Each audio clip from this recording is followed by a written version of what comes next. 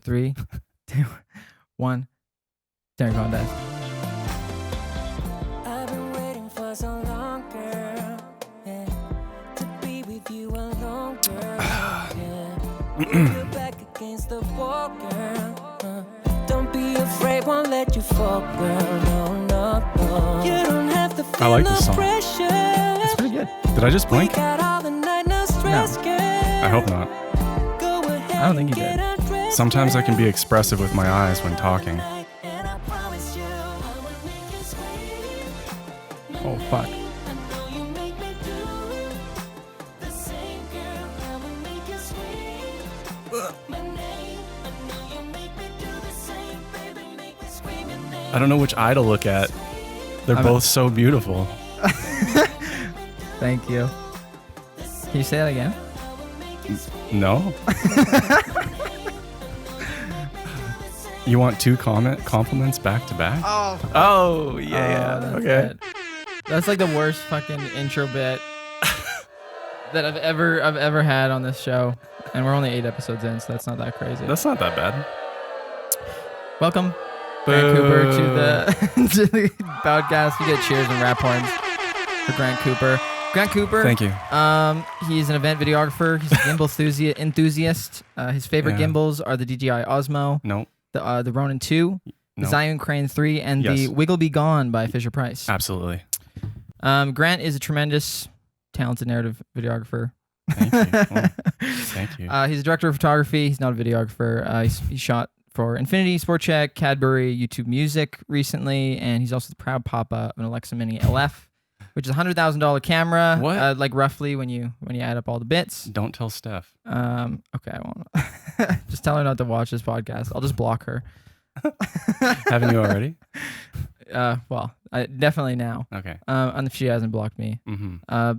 Anyway, but I didn't get to finish my bit. But he shoots all his films on iPhone because as we know, the camera doesn't really No, matter. it doesn't. So today we're going to be talking about a little bit about Grant as a DP, how and why he bought a $100,000 camera, and I got some juicy Twitter beef that I want to get your opinion on. Oh, That has everything to do with camera okay. stuff. Yeah. Well, I'm but, excited.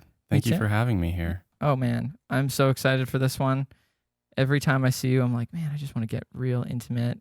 Scorpion Some boy. low light. So before we get into it, we're gonna look at some That is me. some of Grant Cooper's gimbal moments that I've collected over the years. So here's Grant Cooper with this probe lens. Oh man, toxic masculinity right there. The epitome of white male privilege. Yeah, kinda. That's I mean, yeah, actually. But I do like Scorpion Boy. That's a good nickname. I'm embracing that one. Here's another one. These were all just FYI. These were all pre-COVID. This was just stuff that we shot together. It Well, like is. he shot and I AC'd on. With your sick umbrella. I haven't been able to use that yet, not properly. Yeah, I wanted to use it on that music video shoot you let me use that for. The Easy Rig, but Unfortunately it didn't rain. no. Yeah. We could have made it rain. Or there wasn't enough sun. Here's another good one. Yo, don't show front row I was gonna all say this. if any of these are you think might hurt you, we can just censor them out. I mean, You can describe this fact- one in case we censor it. the fact that I'm just nailing it, I think means that it's fine. Yeah. You know, like there's no agree. risk. There's no risk when you're They'll probably lower in your that much insurance control. after watching Yeah, this, actually. I know. Like you can kind of see the control there. Got this one. I mean, that's less safe for my torso, I think, than it is for the camera. Yeah, I would agree. Like if you hit a real big bump and your back broke in half, the camera Yeah. would still be It'd be fine. Well, the camera would just land in snow, yeah. which I think is probably okay. I think it But would. I I think it wouldn't. would stay attached to you, and you would just flop around like a I don't know, an old cucumber. I don't know. Yeah. Old moldy cucumber is how I Yeah. describe my spine. I wish we got a clip of you actually like driving on this thing because it was so funny. But I was shooting the whole time, so I didn't get to like pull my phone out and film you or anything. But man, that was funny. I think there is one, but I think it's a little bit anticlimactic. Like it's not. It's exactly like this, but moving. Yeah. It's like I'm going relatively slow. Like we're tracking cross country skiers. It's not like Yeah. it's not like that's we're true. ripping across there. So But we should have. But we should have. I wanted to, but I Um, wasn't allowed. What else we got? Oh yeah, this one's just to prove that you don't always film on gimbal. So there's the Yeah. camera not on the gimbal. Yeah, it's on a tripod. Yeah, Oh, I that's missed pretty that. exciting. And then this is just a this is the spaghetti monster. Oh yeah, I found that guy. Where were we? So okay, we're at Greta. Here, let me just open this Greta, full yeah. screen so we can just enjoy it. So Oh yeah, that's good. Grant, I guess, stole this. You stole that from like pizza another place. restaurant. I did. And then we were at Greta and we just like met you there. And you Yeah. saw this guy with a spaghetti hat and he was like, hey, let me shake these chili peppers. on you." And just for context, those are chili flakes. So, I mean, why wouldn't you? Yeah. Is my question. My question is why he didn't already have the chili flakes with him. I don't know. Look at that hair. Wow. Yeah. Look at that spaghetti. Well, Well, this those is fun. I'm double fisting. Oh God. well, you're double fisting a shaker. Oh no. Yeah. Okay. that's I already that's not- forgot. yeah, that's not too bad. Why is Anyway, everyone in I- costume? Was this I in had- Halloween? No, I don't know. I can't remember why. I think it was Canada Day or it was like around it. No, it was in the middle of winter. I can't remember. Anyway, whatever. I had more Grant Cooper moments, Oh, okay. but they were. I was like, They're banned from Imager. yeah, we'll say that. They were just Okay. like, I was like, I don't know about these. Okay. Yeah. Like I had a drunk when we were shooting Travel Alberta and we were staying in that cabin. I did like a drunken cabin tour. I was like super drunk. You were almost as drunk as me. Was I? Well, maybe not. You did when we ate all that wine and cheese. Anyway, Yeah. but I was like, I watched it back. I thought it was so funny when I was shooting it, and I like sent it to some people, and I'd never watched it when I was sober, and I like watched it back, and it was so fucking so bad, and I was Just like, cringy. yeah, I'm like, hey Grant, we're gonna check out the house, and then you were just kind of like, So I just wasn't having it. I mean, you got into it later, but it I was probably like, get back to work. yeah, Charge my at, batteries. at 1 in the morning. Anyway, that's the Grant Cooper life. Yeah, I mean, that's pretty accurate. I'm careless and reckless. That's yeah. So let's get into it. I got some questions for you, and you have answers for me because I guess. you are the man with the answers. So what? You're a director of photography. That's your shtick. that's what they say. What does a director of photography do? And while you're talking about it, I'm going to pull up your demo reel and just show people that I mean, something that's flattering that you've done. there's a good diagram that kind of shows everything. Really, you're sort of in charge of. Oh God! I gotta it's mute loud. There we go.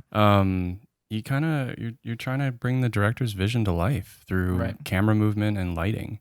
I guess is the easiest way to put it. Right. But everything that goes through the lens you have to think about. So Yeah. lighting, color, wardrobe, all the collaborators that you're working with, you have to collaborate with everybody on set essentially, Right. from set deck to props to wardrobe, hair and makeup, everything. Like you're in charge of the aesthetic, or you're in charge of creating the aesthetic or bringing it to life. Yeah. So it's a pretty intense job. Right. But I don't know, sometimes it does just feel a lot of the things after doing it so long are sort of just, I don't want to say second nature, but they come a little easier. It starts to become more like taste as opposed to just thinking of the technical components. You're just the guy with the taste. They see your demo reel, and that's like, this guy can actually make it look good. Exactly. Yeah. But whether that taste is good or wanted is a totally different question and Right. story. So Yeah. Completely. I don't know. Does that answer it? Yeah, It kind of does. Totally. Yeah. It's more just for the people who don't know. What do you think makes a good director of photography? As we're watching your demo reel, we're flattering your. You can flatter your own I think like ego. I think a good balance of experimentation and sort of spontaneity Mhm. coupled with a really good technical foundation is what makes a good cinematographer. Like you can watch for and read for days about how happy accidents are usually like the best things that come out of a movie or out of a Totally. music video or whatever. So I think having that ability to sort of pivot in the moment or see something and just go after that, as opposed to like all the planning that you've done, Mhm. while still having all that planning Right. and that technical foundation, all the rules you've set, all the storyboards and the lighting diagrams you've done should all be there. but being able to just throw it all in the Right, garbage yeah. and trying to do something because you feel it. Yeah. I think striking the right balance of that is what makes a good Right. cinematographer. That's what I try to do. Well, the pre-pro is mostly like, so you're at least going to cover your bases. You're not flying completely blind. It's like, Yeah. oh shit, we didn't get that OTS or Yeah. something, right? Yeah, which Um, happens all the time. Yeah. Even when you plan it, because Right. your days get short and you're like, oh, I think we can make it work, or the director feels that they can make it work. Yeah. It happens, but it's not supposed to, because that's my job. Totally. Let's get Yeah. everything and more. And how, I'm sure like, most people who watch this podcast, they're filmmakers, but I think a lot of them are like aspiring filmmakers. Most of them are kind of like videographers that are trying to move into something else. I mean, I'm definitely in that realm of, I mean, so am I think. Right. In a way, yeah. So how does somebody go about becoming a director of photography? Like, there's a ton of people, and I understand that's a very broad question. No, And anyone can kind of call themselves a director of photography if they have a cinematography reel. Yeah. Obviously, there's no official, But yeah, I mean, it's what you put in your email signature. You know what I mean? So, I mean, you feel justified in calling Yeah. yourself a cinematographer, right? So, like, I guess. so I mean, I was laughing because I think the number one thing to do is to just call yourself that. I know Right. that seems like a cop-out, but the more you, I don't know, it's not like faking it until you make it, but the more you just sort of practice what you preach. Yeah. You're like, if I am a cinematographer, if I say I'm a cinematographer and I'm a director of photography, Right. regardless of my foundation in that, people are going to see me as that. Mhm. And I'm going to have to practice that, and I'm going to have to own up to that, right. and I'm going to have to learn about it. I think I approach it that way. Some people might just completely fake it and not do the homework. But I think if you're going to put yourself out there in that way, it'll force you to kind of be like, well, I have to solve all these problems now. So I Yeah. better research that, and I better practice that, and I better set up this, test shoot or whatever. Mhm. But I mean, I came from a videography background predominantly, Mhm. working in corporate video and photography and doing motion graphics and photo and video and a lot of talking head stuff. So, what was like the trajectory then? We might as well just go from Oh, you we started out can. doing skate videos, right? Oh, in the early days, yeah, it was skateboard videos, but I mean, those were just like, I think this is the foundation of my filmmaking in general, is like, it was Right. just fun with friends, Yeah. which I still try to maintain on set. Is like, I try to hire people I like working with, and I try to keep it loose while still being professional or still like getting the job done. Right. So that was probably the earliest foundation. And my dad gave me like a film camera back in the day, even before that. So that was probably an earlier. A film camera. What kind of camera was it? Was it like a was- VHS type deal? or was it No. like- Sorry, like a photography, like a 35 okay, mil Gotcha. Canon. I think it was like an AE1 Right. that I think I still have, and that was sort of the foundation of photography. And then skateboard filming came in after that. And I had like just a cheap 1 CCD. Like, thanks to my dad for hooking that up, because like it sparked a lot of kind of the trajectory. But I was never the one filming like the main skateboard videos in the community. I was kind of like getting extra B-roll or like just having fun with my friends. Right. And then that sort of led me to want to do, like some sort of degree in media arts, I guess. So did you go to school then? I did. I went to University of Lethbridge. And Would you recommend it? Yes and no. This is something I've like kind of come to terms with lately. I think having come out of it, I was like, oh, I wish I just went and got like a technical degree or a certificate, just went to SAIT and got all the technical hard skills. But what I've come to realize, it's been over 10 years since I've graduated, is the amount of soft skills that you learn in something like that in a more well-rounded or a more diverse degree. That I had to take sciences, social sciences, I had to take drama, music, like all sorts of stuff. Yeah. So it's new media, DFA new media. Yeah. So yeah, I kind of went through that, but focusing on film and photography. Mm-hmm. And then honestly came out super confused and started doing like web design and graphic design and a lot of things that I still think attribute to my aesthetic or my my composition and my color theory and all that kind of stuff that I've developed over time. Right. But it definitely like had some years where I was like, should I be a web designer? Should I be a graphic designer? And then I went, no. And then I just kind of came full circle and like kept focusing on film and photography. So at what point in that journey did you start considering yourself a DP over Oh, like a God. videographer or something like that? Because like I mean, even right now for yesterday, me, no. for myself personally, I'm at the point where I've flip flopped. You know, I came up just kind of being like, oh, the more titles I can put in there, the better. You know, Yeah, right? no, I that's mean, what I that's did. how a lot of people start, and they're just Yeah. like, oh, they like put all their names on the credits. They're like, Mhm. oh, I filmed and edited, and Oh, you've I- seen my short films from school. Okay, cool. Yeah. yeah, we just watched it. Oh, yeah, that was it. Yeah. Yeah, that was 15 years ago or something. But yeah, and like even right now, I think I changed my email to be director producer because I Right. find that's just what I That's kind of tend what to you do the best at Yeah. and tend to enjoy the most. But like I'm still not 100% sure with that because I know that like I make most of my money in camera department. Right. But yeah, so when did you kind of cross that threshold and just being like, I'm just a DP, no more videography bullshit, no more Um, corporate people. I wish that was true right now, but Right. it's not entirely. I think after coming out of school, and then I was like, okay, I want to do. So what do you mean by that? Let's just Wait. I want to touch on that. You said Wait, what? it's not true entirely. Well, it's because I still do some of that stuff, and I'll get to that. I'll get to that. All right, yeah. All right. But I came out of school and I didn't do a lot for 2 years. I kind of just like did a little bit of design work, the odd video, and I Mhm. worked at Safeway in produce for 2 years out of a 4-year degree. Right. And I was also like the big crash of 09 or 08 or whatever, so it was like impossible to get a job. And then I kind of just started making stuff with a constant collaborator of mine and one of my best friends, Sean Edwards of Ramble Films.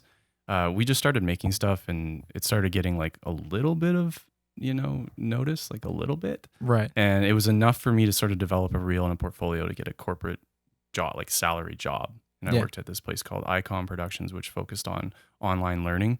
So I had to make, Do you have a shout out to ICOM? shout out to Icom, giving Fuck me a you, job. ICOM. No. They gave me a chance when I didn't have much work experience. So like Right. I'm pretty grateful for that.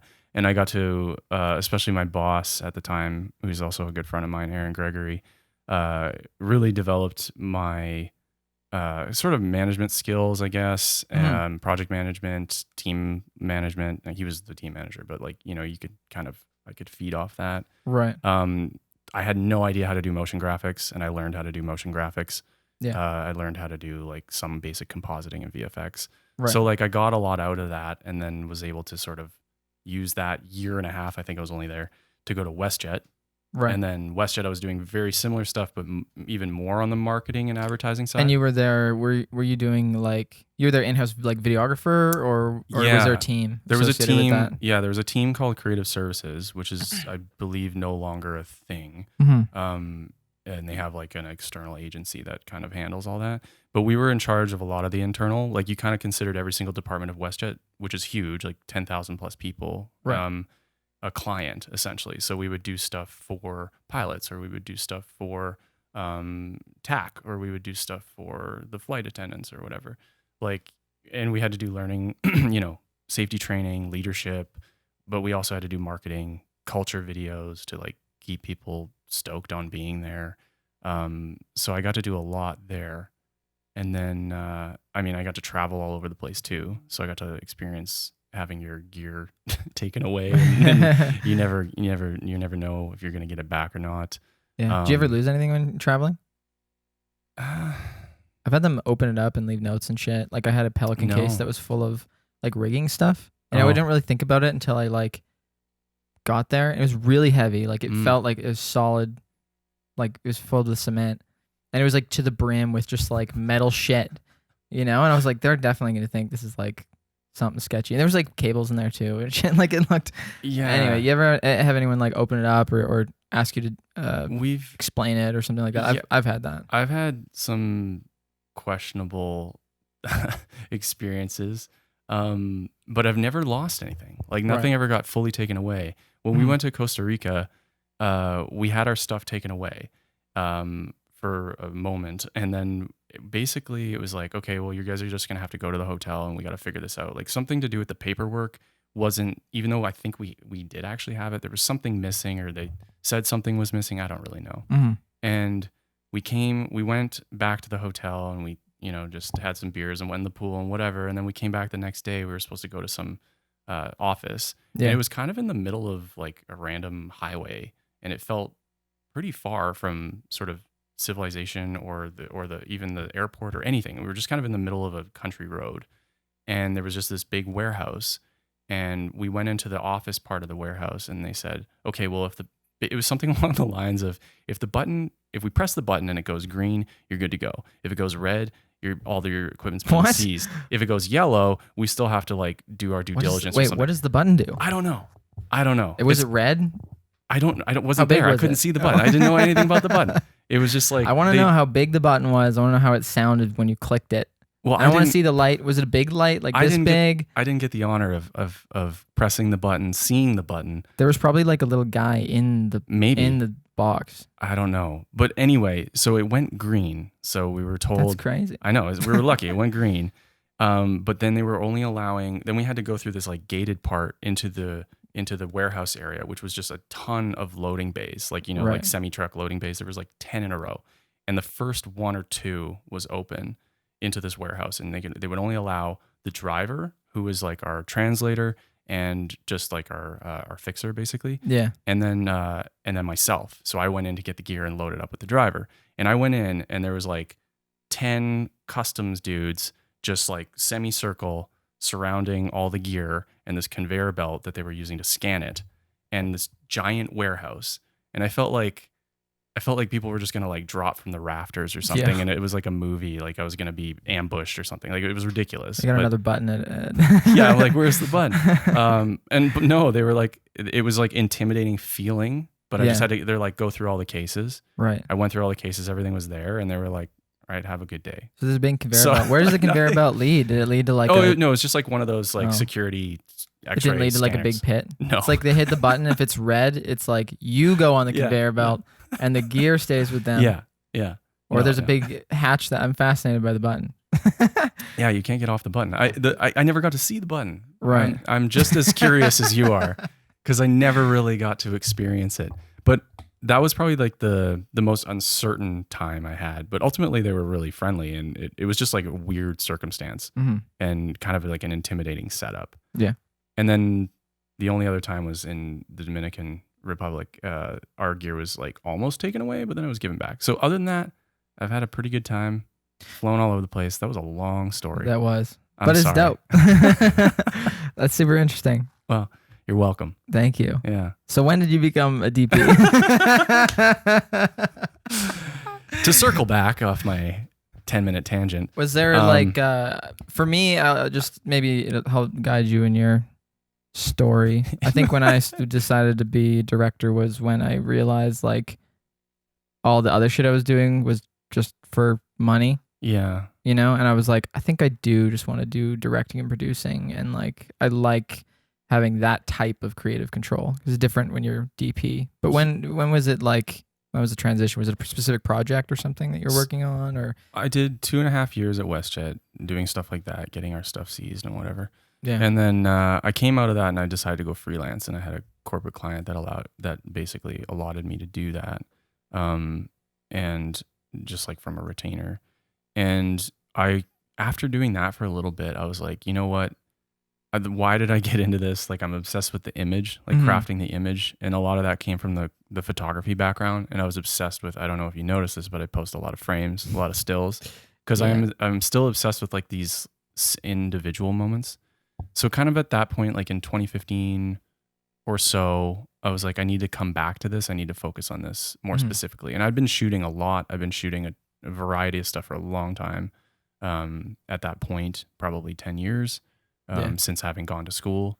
And then I just was like, yeah, I guess this is what I am. I'm a cinematographer. No, I just was like, I'm going to take this more serious. I'm going to start researching it more. What goes into the technical side that I'm just sort of assuming at this point and finding by accident. Right. And I started practicing more and more. I was using projects as an excuse to basically use someone else's money to try a new piece of kit or like a new lighting design or whatever. Right. And at that point, I'd say 2015, 2016 was when I was like, okay, I'm not solely a cinematographer, but I'm predominantly a cinematographer. Right. And just out of the nature of the business, especially in Calgary, being so heavily weighted to corporate work, I still had to produce and direct and do sound and all these things that I'd been doing for a long time. Yeah. And had that sort of jack of all trades background. And it allowed me to at least present myself as a cinematographer, but also do all these other things if I have to. Right.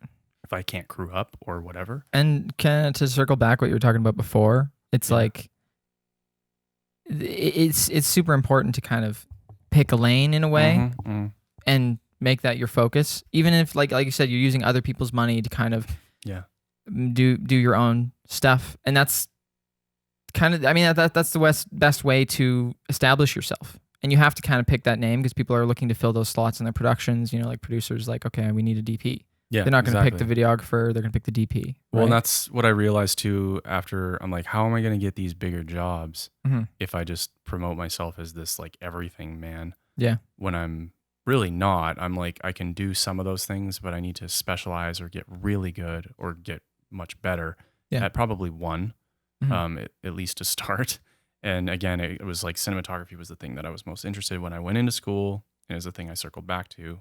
And so I just pursued it as hard as I could. Right. And now you're moving to Toronto. Yeah. You just dropped that bomb. Yeah, I am moving to Toronto. So what's up with that? Why is location so important to being a DP?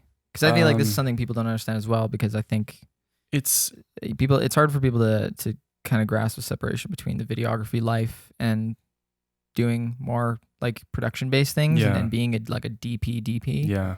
So why is location so important to being like a DP? I think the biggest and most obvious one, which everyone could probably guess, is just proximity to work. Yeah. So if there's more work in a certain location, there's less of sort of a ceiling that you can hit. There's also generally more competition in a way, but there's just an abundance more opportunity. Yeah. I've been lucky enough to travel all over the place and work. I've worked in Toronto, I've worked in Vancouver, I've worked in LA, worked in New York, I've flown around, like I've done a bunch of stuff, but you're limited as to how many times you can sort of do those opportunities. And it was kind of going into this trajectory where I felt like, yeah, you could be more of this like world traveler person and base yourself everywhere. Right. But you kind of need to get yourself to a certain level. And I wasn't quite there yet, or I was only like grasping at straws to kind of get those opportunities. Yeah. And if you're in a place that can kind of foster that a little bit better, and there's just more of those opportunities, I believe that you can make that more of a reality a little bit quicker. Right. And yeah, so I was just like, where could I go? I've got a lot of friends in Toronto. I've worked there a bunch. I know. Would you go if you didn't have those relationships that are already established? Yes. Would you recommend other people go? Depends. I mean, I can't speak for everybody. Some people value the lifestyle. Let's say people trying to be DPs and they live in Canada. I mean, it depends on what your priorities are. You know, like the lifestyle that, Alberta or BC can offer, or any of the provinces, like that might be more suited. Right. If your primary goal is to work as a cinematographer, I mean, and you're really serious about it, you probably want to consider where there's more cinematography happening. Right. I think of it as simple as that. Doesn't mean that you can't do it elsewhere. It's just like, go where the work is. Right. You know? Totally. There's not a ton of work here. I should have closed that door. I hear Bruce flushing the toilet. I can close it. I'm close. Yeah, you should close the door and then grab your LF. Want me to? Yeah, let's get into it. Let's do a show and tell. Oh, okay. Oh, it's so embarrassing. Don't show my. Oh my god. My LF is so naked. Okay, I'll be right back. Okay, I'm gonna try and come up with things to say, or we'll just cut it.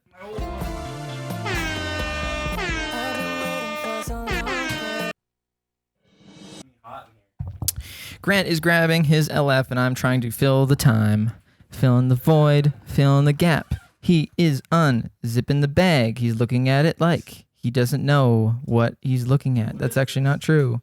Oh, and he's got the tilt-a-cage on it this time. Ooh, that's bougie. Okay. Show the camera. So here it is. I've got it all rigged up with. I just got the tilt-a-cage back. Yeah. Let me get down here. I can't really hear you in the mic. He just got the tilt-a-cage back. Just a sec. I was on the comments and someone on not on my thing, but let's get this white claw away. Yeah, that's probably. Let's put it right here. That's sick. That's fucking dope. Yeah, that's dope. Hold it up in front of your face for 2 seconds so people can see that sweet, sweet Arri logo. Oh man, don't you wish you had that? But you can't because you're poor. So am I because I have this.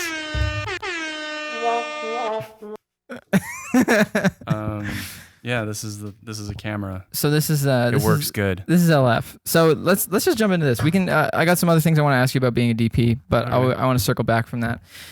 And since we got the LF out, I'm playing with it now. please play.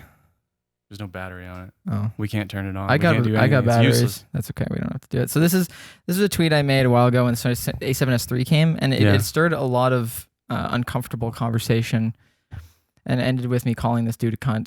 Oh damn. It was. That's He is a bit of a cunt, though. I'm not yeah. gonna take Okay. that Fair back. enough. I Sorry. believe you. Yeah, Patrick, you're a little bit of a cunt. But so the A7S3 came out, and I basically was saying like, I was saying essentially like I wouldn't buy the A7S3 because for the same price, like $5,000, you could buy an F7, Yeah. which is even though the A7S3 has great image quality, it's not a good career move, in my Right. opinion. You have that Yeah. money, you want to buy something that's going to push you forward in your career, and I feel like the main criticisms of it was essentially like you can still make money shooting on cheap cameras, which is true. Oh, yeah. And then it's all about your shooting style and kind of like your creativity is more important. And Of course. And yeah, but All those things are true. exactly. It's all true, but you can have all those things in a nice camera. Like there's no Exactly. reason not to, right? Yeah.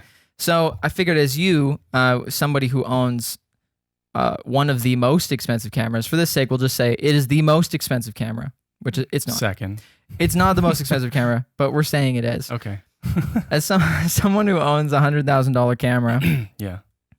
what's your opinion on that? Does the camera matter? Oh god. That's a Basically- loaded question.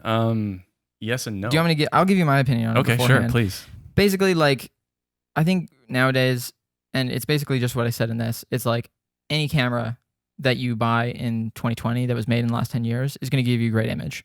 Like you could arguably, Yes. for the untrained eye, shoot something on the Alexa LF and then shoot something on like a Blackmagic Pocket Cinema camera or even like a DSLR. Yeah. Literally, and I would say the average person wouldn't know the difference if you're lighting it. If it's the same person lighting it, same Generally- person shooting it, No, they wouldn't. nobody would know the difference. It's mostly like it'll be like other industry people who would notice the difference. It also depends on where you're watching it. Depends on the kind of work you do, I guess. But at the same time, you can do better work if you have a better camera. So that's basically my opinion on it. It's like it doesn't really matter what camera you get, but But the camera has there's an obvious reason why it exists, yes. right? So why basically Why is it what it- $100,000? yeah, what does your Alexa Mini LF do for you other than that other cameras wouldn't? Like why are you shooting on this other than why aren't you shooting on the fucking Canon Rebel T3i? Like why do you have this thing? Because I like to spend money. All right, that's the end of the That's podcast. it. Thanks everybody for watching. Grant Cooper, everybody. No, it's. I mean, my first camera, I think, like when I started doing actual work, was Yeah. an A7S. So Yeah. I came up from that that sort of Same. background. Mine was Yeah. also A7S Mark One. I think I had cameras before that. I think I had a 7D, a GH2. Then did I have a GH3? I can't remember. And then A7S was the first one I started like actually doing work for hire. Right. And in a lot of ways it was great, but there's so many limitations with these small cameras that you Mhm. have to just build up like crazy. Yeah. And you end up spending an exorbitant amount of money just to get it to work and function properly. Right. When I was working these salary jobs, I always had like an ENG camera or like an FS100, an FS700, something like that, Right. that at least had like XLR inputs or, just proper codecs that don't, or you could record longer than 15 or 30 minutes or whatever the limitations are of a lot of these cameras. I know that they don't have that anymore, but it was always like, I just don't, for me, I don't like fighting with a camera. Right. I don't want to like have to do all this stuff to make it work. Of course. And not to say that you can just pull this little mini LF brain out and start shooting. Like you still Yeah. need to put stuff on it, but it's a lot more purpose built, Mhm. and it's a lot more built in a way that's supposed to sort of mimic, a traditional camera that you would put on your shoulder. Right. And yeah, you can get great images out of these cameras, but they're, in my experiences, not nearly as reliable. Mhm. You can't push them nearly as far in post. Not that you should have to, because you should be shooting properly, but we all have not shot properly. Yeah. So to be able to, or just fucking shoot it better. just basically. fucking shoot it better. No, but like, I mean, even when we were doing the Travel Alberta stuff, Yeah. you mentioned that earlier, like we can't pick our days of like what the sun's going to do and if it's going to snow or whatever. Mm-hmm. So it can look really overcast, really, really cold, all these sorts of things. But I need to be able to change that. Yeah. You know, we're shooting all natural light. We're in a glacier. Yeah. Or whatever. We're in a canyon. But here's the thing. I need to be able to change that. To play devil's advocate, Yes. you can get basically all that with, let's say, a Blackmagic Pocket Cinema camera with a gold mount. Yeah, but it's black magic. I'm just kidding. It's. I'm just playing. I'm playing. No, So to kind of guide you in the direction that I'm trying to get you in. Well, What does it do for your career? Okay, so I think the biggest thing, Because we can talk about the semantics of the camera all day long, and everything you're saying is true 100%. Like, these cameras are purpose built to do what they do. They've got like, you've got LEMO inputs, you got SDIs. It just works with a workflow. Yes, Like, it's all about workflow when you get to and workflow. But in terms of your career, how does this position you, and how does this enable you to shoot better stuff and shoot other things on outside of the image quality, essentially? I think your career already has to be at a certain place where you can warrant having this tool that can, that yes, can help you in some ways. Something like this can make you more money. It can also bankrupt you. Right. So you have to be able to do the risk analysis so that it will not bankrupt you. Yeah, And it will make you money. Yeah. And it will also open doors that otherwise wouldn't. Like, you can get sub rentals with this, but you can't really with an A7S. Meaning, like, you could go, if you're dealing with rental houses across North America or wherever, and they need something because they've run out of their own because they're all on shows or whatever. Right. If you're in good relations with these people, that they'll rent yours and give you the cash, or a good percentage of which the pays cash. off the camera, essentially. Exactly. Anyway. It helps pay it off. And then it also just is like, it's just one of those things, like, yes, could you get the job done with something else? Of course. But there is, like, a lot of people want Arri or Red. Like, just producers want it. They want the reliability. They want to know that if you're a professional and you're charging a professional rate, that you're bringing the professional industry standard. So you do get more work. Yes and no. It's a different type of work, which can be few and far between at times, depending on where you are, i.e. where we are. Yeah, you're making me look bad. I had a way more strict opinion about it. But I mean, there you go. What was your strict opinion? My strict opinion was basically like, the camera does matter, because basically when producers are looking to hire people, especially when you're starting out, they do consider the camera a lot. Like, the fact that I have an FS5 has got me plenty of work, because I will B-cam for FS7 stuff, or shoot stuff in place of FS7 stuff. Things I never, like, literally I would say, like, I don't know, a really, really good chunk of my work, and like a lot of the really good work and good credits were jobs like that. Like, stuff that I did for like HGTV and like History Channel. And they were small shoots, but like, I can throw that on my demo reel, right?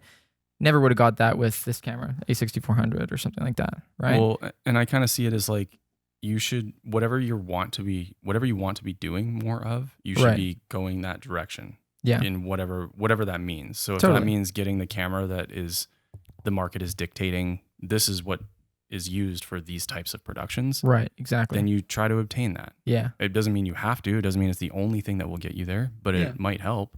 For me, it does. Exactly. Why not? And I always thought that way. Like, I didn't want, once I kind of had the mirrorless, I was like, I can't have like all this junk on it, and I don't want to have like separate audio, because I don't always have an audio person at that time. Right. So I just wanted something that I went to the Canon stuff because I really liked it, and it really worked for this one-man band operation that I was doing at the time. Right. But then when I got out of that, I was like, well, now I'm feeling some limitations.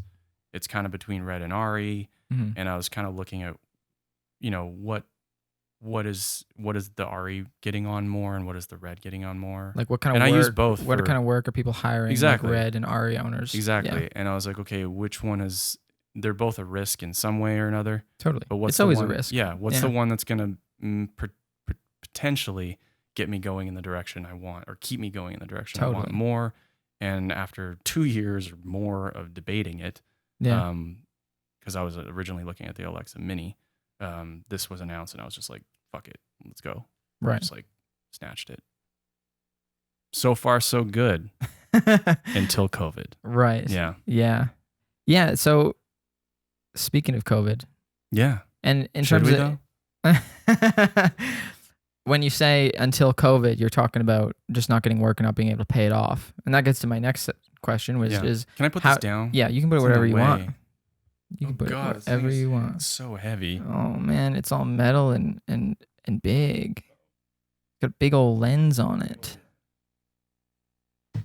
And a big old, I just broke it. oh no. Oh, well. Do I have to pay for that? Yeah. Is this podcast insured? I mean, in a way. Okay, good.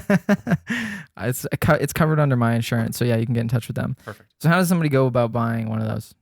What, the Mini LF? Yeah, how does an individual, just a normal guy, just a white guy made of meat and bone, how does he go about just buying a Mini LF, Okay. $100,000 camera? Well, I mean, I didn't just up and decide to do it overnight. This was something that I've been building towards for a decade. Mm-hmm.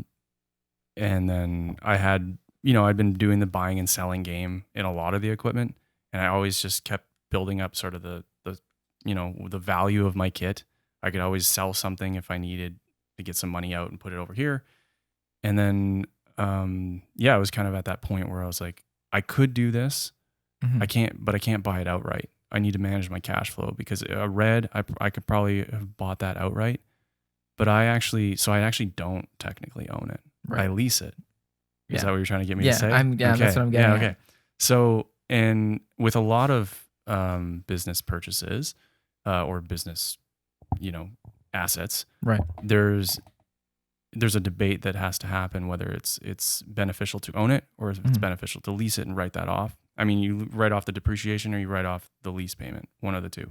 And there's some somewhat complicated math that determines which one's better. And Right. a lot of that has to do with, well, first of all, how expensive it is and how long you're going to have it Mm-hmm. and what the depreciation is going to be and what the interest rate's going to be and like a million other things. And how you're gonna get that money back. And how you're going to get that money Yeah. back. So for me, I determined that leasing it was the smartest thing to do to manage cash flow and to not sink a bunch of money into something that's worth a lot of money. Yeah. But still get to use it and still get to make money off of it and pay it down or have it pay itself off. And I do spreadsheets, man. Like I just sit there. Yeah. For anyone who doesn't know me, like that's what all the secret of all this is, spreadsheets. Right. Cooper's got spreadsheets stapled to the Spreadsheets. it's literally like wallpaper. Yeah.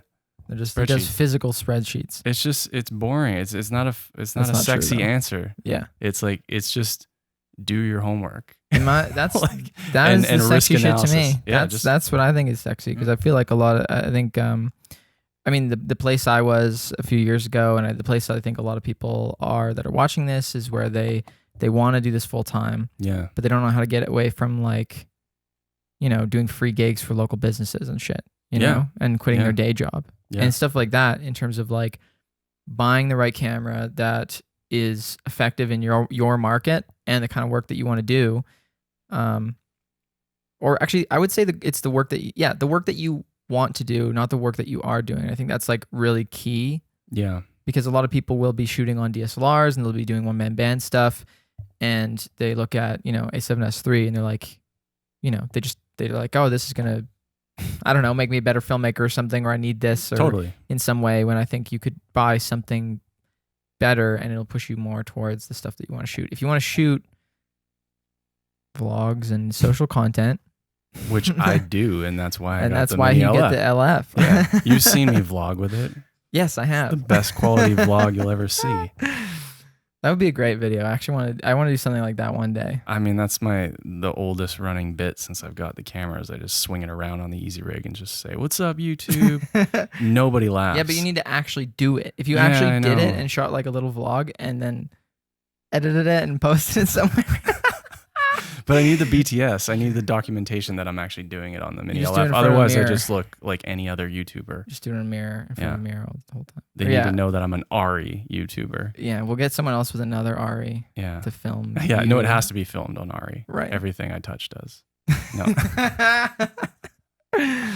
Let's play this video. Let's try this videographer quiz. Oh God, I'm gonna nail this.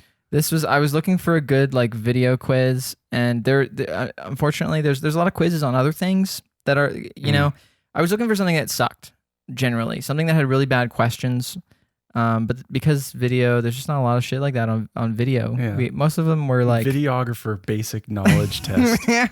So Videography. Sorry. Yeah, let's test your videography basic knowledge. So, which is the correct statement? Shoot in the direction of bright lights. Stay 10 feet away. Stay 10 feet or more away from the person being interviewed. Is that like a COVID thing? I don't know. See so many. Okay, keep going. Talent. The host should be facing the light. So the host should be facing the light. Or avoid bright areas. Which one of these is the correct statement? Yo, all of these are right and wrong. Every single one. Because if you had to make a decision based on like I gotta think like a videographer here. Sorry, I put the Who Wants to God. Be a Millionaire. Okay, I'm gonna on. go with talent should be facing the light, because as a videographer, you need to light your talent. The host. Yeah, should be facing the light. Should be facing the light. You're not gonna backlight your videographer host. See, shoot in the direction of bright lights. I do that all the fucking time. Yeah, I know, but not in videography. Yeah, that's true. Stay 10 feet or more away from the person being interviewed. No, because how are you gonna hear them?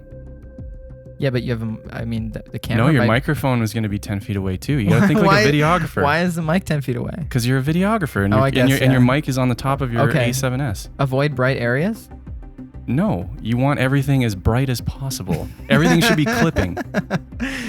Yeah, it's that overexposed look. Yeah. I had an agency actually tell me that. They were like, yeah, we want to go for like a modern overexposed look. And I was like, so shitty? Like all the white should be clipping so bad it's yellow.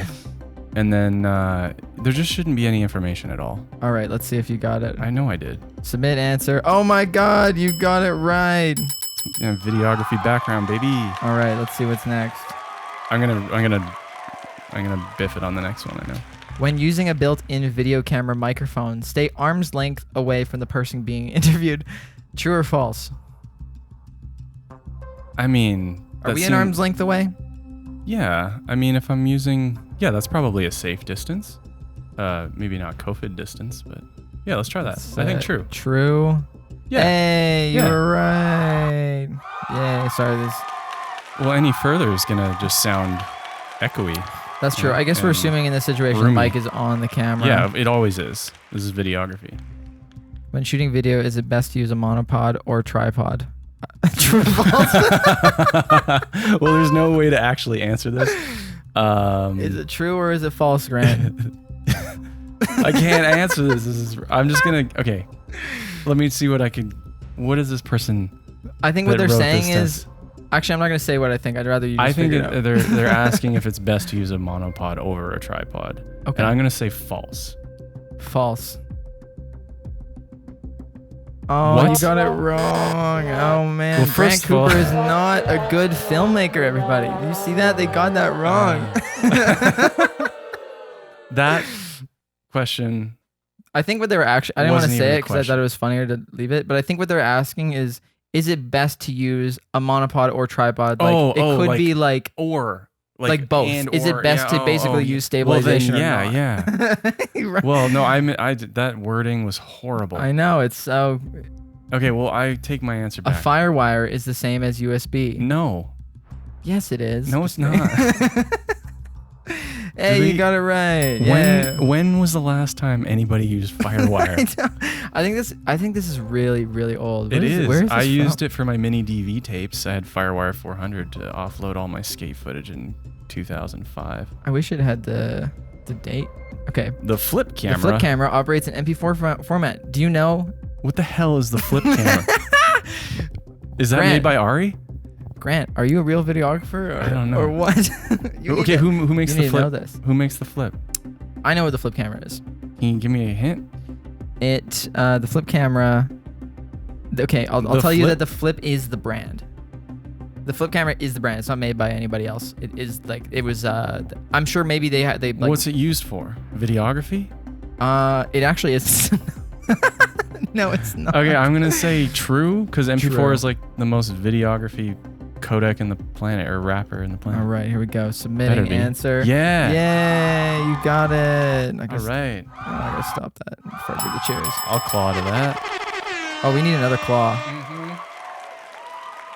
More question 506. All right, Grant, you have to entertain for the next 10 seconds. All the sounds are here. That's how you stop the sounds. You can say whatever.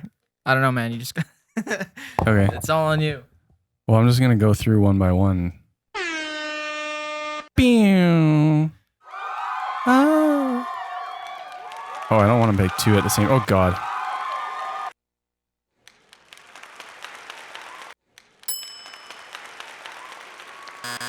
These aren't that exciting. Boo. Boo. Oh. I'm just gonna play all of them at the same time. Oh man, this is what I came for. That sounds beautiful. Welcome back, everybody. Sounds like Mike. Claw time. Sorry for that. That's what they come for. Oh God. And there's nobody watching. All right. Should I just Let's cheers. over top of your laptop? Yeah, why not? Okay. All right. You got it right. What's the next question? Compressed video formats increase the size of data. So smaller. Basically, the question here is False. smaller things Increase are bigger than bigger things. Yeah, I'm gonna have to go with false on that one. I don't know, man. That's pretty bold. But answer, judging but by I think some of you the, could be right. Yeah, maybe. Hey, you got it right. 31 out of 100. How many questions are there? That 31. There's 16 Oh, questions. okay. Well, I didn't really look at this too extensively. It was like, yeah, these are stupid, and I just. I like it. All right, what do we got? A 2 to 3 second video clip is ideal for video editing. How do you answer? There's no answer to that. This podcast is fucked then because This is definitely this only longer than 2 to 3 seconds. Okay. True. A 2 to 3 second video clip. Everyone in the comments, lock in your answers. Is it true or false? Oh God. I mean, it could be false, Is it? but I'm gonna go with true. Oh my God! Oh, I give you a cheer by accident. They like those 4 to 6, 4 to 5. What's the answer then? I don't know. That's video clip should be at least 7 seconds. Oh, I See- didn't realize it was giving us little answers at the top. Yeah, it does. Shit, we should read those. Which I guess is true.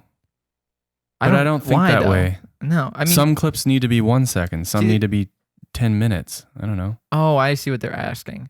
I was on when I first read this, like when I took the quiz really quick this morning. Yeah.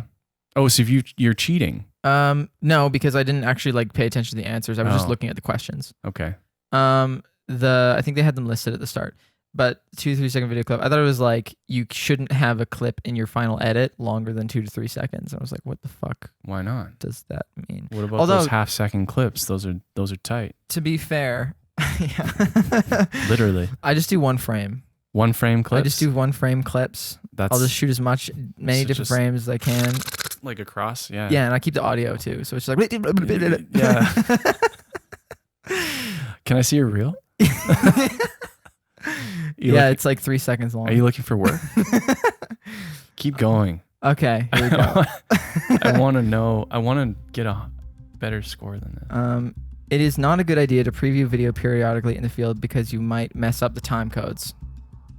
No. This seems like it might be like a old school Playback film thing, maybe. Messes up time codes? Like I mean, this must be like an old school thing with some different kind of camera that I'm not familiar with. No, I don't think so. Maybe you're not False. familiar with it. Maybe I'm not. I would say false because that just seems stupid. I agree. That is stupid. Is it false? Oh, fuck. What the fuck? Oh, we got it wrong. I keep doing the wrong buzzers.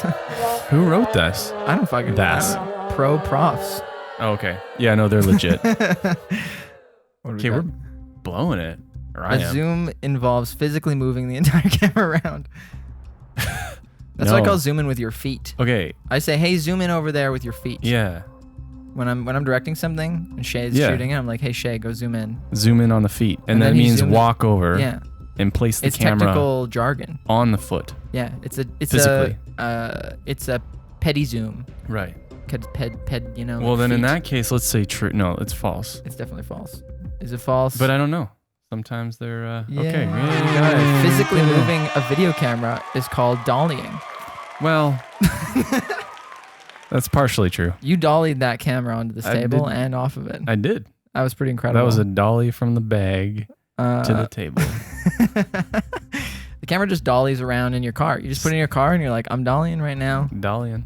Always a What's camera this? movement that involves moving camera from a person standing in front of camera to ceiling is called tilt. It's true. True, yeah. These are getting kind of stupid. Let's just Well, no, run that's through actually called pan. No, it's not. What? Every movement Oh on yeah, a tripod it's a pan up. is a pan. It's a pan up or a pan down. Yeah. Okay, it's true. Let's just rip through this A thing. QuickTime video format is Chris format. Yeah. So Well- sorry, I'm just answering you or answering for you. No, not necessarily. Well, I think in the Well, context it's that they're not raw, saying, so yeah, it's compressed. I think the context that they're saying All right, it is probably. All right. I mean, I guess it could be if you. No, it's compressed. It's always compressed. There we go. Even Apple ProRes 4x4 XQ is compressed. This is true. When videotaping an interview, it's best to get the person being interviewed to spell their name at the beginning of videotaping. It's good too, but it's not best. I'd say it's what's the wording? Best? I mean, it's best to already know the spelling of their name. Frankly, it's best to just like. Let's say true. Yeah, there we go. It's 'Cause- true. Correct. That was kind of a lame question, but yeah. What's this one? I don't know. Let go and find out. Oh, Ooh, I forgot to. That's magic. That's like the new segment one. This is whimsical title, and this is like next. Oh, that's flashback. Okay. Back in 2005, when I worked at a corporate video agency, Ooh. and I was in school. You were in school. Yeah. Actually, I was definitely not. You were working not. at a corporate video agency in 2005. Where were you? Where was I in Delivering 2005? pizzas? I think I was on only foot? I was like 8. 9. Yeah. That's Is sick. it? Yeah, being 9 was sick. Being bro. 9 is tight. Is it best to begin videotaping at the exact point the person being interviewed begins talking? You just sit there. You sit there and you just You wait. just wait? You just like you set everything up. You're just like shh, don't say anything. And you got your finger on the button, big red button. You're like, if this turns green, then we're gonna film. If it turns red, Hi, my name is That- Grant Cooper. And just click it on. True, hit the absolutely. button and- No, false for sure. You want that pre-roll, baby. does Grant Cooper know everything about videography? Let's find out. Oh my god. Not everything. I've gotten a couple wrong, Yeah. which honestly makes me more mad than I could ever describe. Well, you wait till the end. We'll see. See how many more we get wrong. We got 2 more left. Oh God. When doing an interview, oh yeah, I think this one doesn't make any sense. When doing an interview, the interviewer begins by looking at the camera while introducing the person being interviewed. Hello. Turning the person. So you physically turn the other person And facing him. and facing him primarily during the questioning, and facing the camera at the end of the interview. Is that a question? Like, I can't even read that. let's read it again. When doing an interview, let's read it. Okay, read it together. Let's read it at Okay, the exact same time. 1, 2, 3. When doing an interview, the interviewer begins by looking at the camera while introducing the person being interviewed, turning the person and facing him primarily during the questioning, and facing the camera at the end of the interview. That did not help me I understand blacked out that entire time. Yeah. Let's just say false. Yeah, that sounds false to me. There's too many words there. That can't be true. Oh, What? shit, it's true. Oh, we fucked that up. To be fair, I still haven't fully retained the information of that question. No, and see, I was hoping they would give some clarification on this one, but this is the only one they haven't given clarification on. My reading comprehension is not at this level. No, these guys are on another level of videography. Oh God, the top level. When doing an interview, the interviewer... Oh, this is the same one. Oh, we know it's true. Wait, why didn't? Oh, I don't know. They just like did the same question. Tight. Okay, true. Fuck yeah. Yeah, we did Fuck it. yeah. Magic. Magic. Woo! Fuck yeah. All right. Oh, look at our scores. 69. So should we get this wrong so it stays 69? Will it go down or will it stay the same? I don't know how That's a they're good doing that. question. I have no idea. I think we should. Firewires are used by professional videographers and for older video cameras, and USBs are currently in wide use with newer computers and by amateurs. Damn it, I guess I'm an amateur. I still didn't retain that. I was too focused on our So matching. basically, fire wires are cool and USBs drool is the statement that's being made here, I think. I'm gonna say true. You think fire wires are cool and USBs drool? Mm-hmm. You're just going based on what you think the Listen. person. I use FireWire to offload the footage of my Alexa Mini LF. You plug it right in Yeah. to the LF. You don't even eject the card. You put it into the sensor. Right. Just directly in. You take the lens off. Yep. And it's a big suction cup. Yeah. And you stick it on the front, and it just offloads. Because what it does is it saves the light. Well, the sensor is basically just a mini TV, Mm-hmm. and it just But it's backwards. They put it on it's backwards, so it just plays all the footage that you recorded on the sensor, and then the FireWire just records that light and just puts it into your hard drive. So it's definitely true. Yeah. It's obviously true. Yeah. Fuck. Oh, See, you God, know we got exactly it. what you're talking I know about. exactly what I'm talking about. Magic. If anyone needs a professional DIT, that'd be me. A DIT, for those of you that don't know, is a Digital imaging technician. No, I was trying to come up with something funny, but whatever. Yeah. Let's see the results, man. What did we get? Oh, we got a certificate. Of achievement. What was our score? 75 out of 100 on videography. Should we save this and print it out? I mean, that matches my university degree score. I'm going to see if we can print this out. I was like satisfactory across the board. You were 75 out of 100? In pretty much everything I do in life, yes. That, yeah, dude, I did horribly in school. Really? I didn't go to film school. Did you ever fail but I did, a class? Oh, definitely. I just did not. I just didn't. I didn't pay attention. I would spend the whole time just trying to distract my friends. I was that kid. Like I was class clown, quote unquote. Yeah. I mean, people did think I was funny. I wasn't like. I don't get any work done. I fail Grant gives me an F after every shoot. Every shoot, I'm like, here's your report card. Yeah, but I mean, really, it's like D. I give you D's. You still pass. Oh, let's see if I can actually print this. Brother QL. I'm trying. Squeaky, hey? It is. Oh, hold on. I'm turning my printer off. I genuinely want to print this off. Okay. Can we show? Yeah, we have to show it off. Okay. I want you to take it home.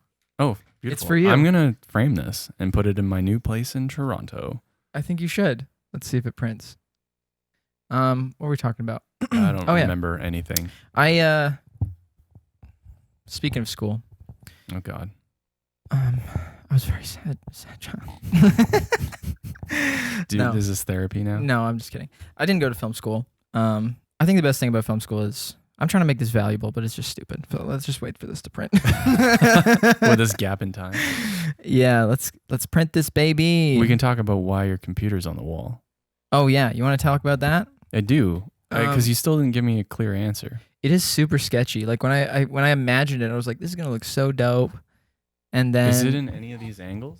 Can you see it? You can't really see it in that because you're kind of blocking it. But Am I? yeah, you can kind of see the bottom of it there now that you lean out. That's the computer right there. There you go. You got it. I just wanted more room. Is it gonna print? Oh baby. Okay, Oh, well, it's printing. So it's just into the drywall. No. No support. Yeah, exactly. Just hanging there. 50 pounds. Oh man, that podcast, the Ready to audio fall. from the printer Look at is that. ideal. Honestly though, I just wanted to make more room. I don't know, and I thought it would look cooler. I mean, it does. It looks okay. I do plan on cleaning those cables up. I just haven't bought the stuff for it. I was yet. going to say the Yeah, that cables under the looks like wall shit. would be a nice touch. Yeah, it looks like shit right now, but some cables I need to swap out for longer ones, and Right. then I just need to get the right stuff for it. But before I do any of that, I'm getting a new desk that's less big, something that's less cumbersome. It might be this desk, and then I might change this one out. Who knows? But yeah, that's what's going on with that. Just looking at your desk situation. I'm trying to I plan have, I my have life. 3 desks in this room. I don't know if anyone knows that, but we got one desk that we're sitting at here, and we got one desk over there, and then we got one desk back here. And they're that one's just so fucking big, and I don't use this like else section. Like it's mostly just like gets filled up with It's- receipts and stuff like that. Yeah, that's very 90s. Yeah, I want to get rid of it. It's kind of a bitch. I want to get like a nice desk. Like I'm gonna get another wood desk. Yeah, Maybe I'll just more of stain these it. IKEA ones. Yeah, and then I gotta get some more sturdy legs. And then, Beautiful. What else am I gonna do? Yeah, Make and then the that one whole- behind me is I actually bought some cork to put on that one because that one's kind of like my Uh-huh. like when I'm shooting podcasts or when I'm gear prepping or whatever. When I Yeah. have like that surface. Right. So it's Well, gonna you should stay. make the whole outer perimeter of this room Just a big a desk. desk. We should just make the whole room a desk. And then then you stand in the center. Yeah. I think And there's you actually said- holes for you to sit in. There's big holes drilled in certain parts. Yeah. It's like So a you reverse little- desk. Right. That makes sense. That's very like 2021. Very. Yeah. We're not there yet. So you're gonna have to just Actually, that's hold kind on. of 2020. That's COVID safe in a way. I just got a message. I saw that. Wonder what it says. I don't know. I'll throw it away. I'm gonna grab the certificate for you. do it. While Michael's doing that, I'm gonna play my favorite sound. There it is. No, it didn't print off properly. It's really tiny. What does it say? Oh, it's so small. It doesn't have my name on it. No, But I'm 75% of the way there of being a videographer. we can write your name on it later. Certificate of achievement. Got a score of 75 out of 100 on videography basic knowledge test. Trivia quiz. Was it a test or is it a quiz? I think it was a quiz. Either way, you passed. Yeah, I feel good about that. Thank you for Yeah, solidifying you're my, welcome. my knowledge of Yeah, videography. of course. And thank you for coming on the podcast. That's Yeah. basically all I got. That's all you got? Yeah, I mean, Oh. I got some other little questions that we could talk about. We just hang out for a while. Let's do it. Okay. What are What time- nobody's watching at this point anyway. Yeah, who cares? So let's just fucking. All right. What time is it? It's 4. 4. I got 2 hours. Let's go. It's gonna be the longest and lamest podcast. If you want to look anything up and you want to show me anything, you got any thoughts at any point? I'm not saying you have to think of it now. We can put it on the screen. Just so you know. I mean, most of my brain's in moving mode right now, so I'm trying to like, what do you want to look at? Well, just something to consider as we chat. But I do have a question for you. Okay. What are some mistakes? Like, what are things that you when you're laying in bed and you're trying to sleep? I thought this and- wasn't therapy. it isn't. I don't Okay. know. It's half therapy, half quizzes. All right.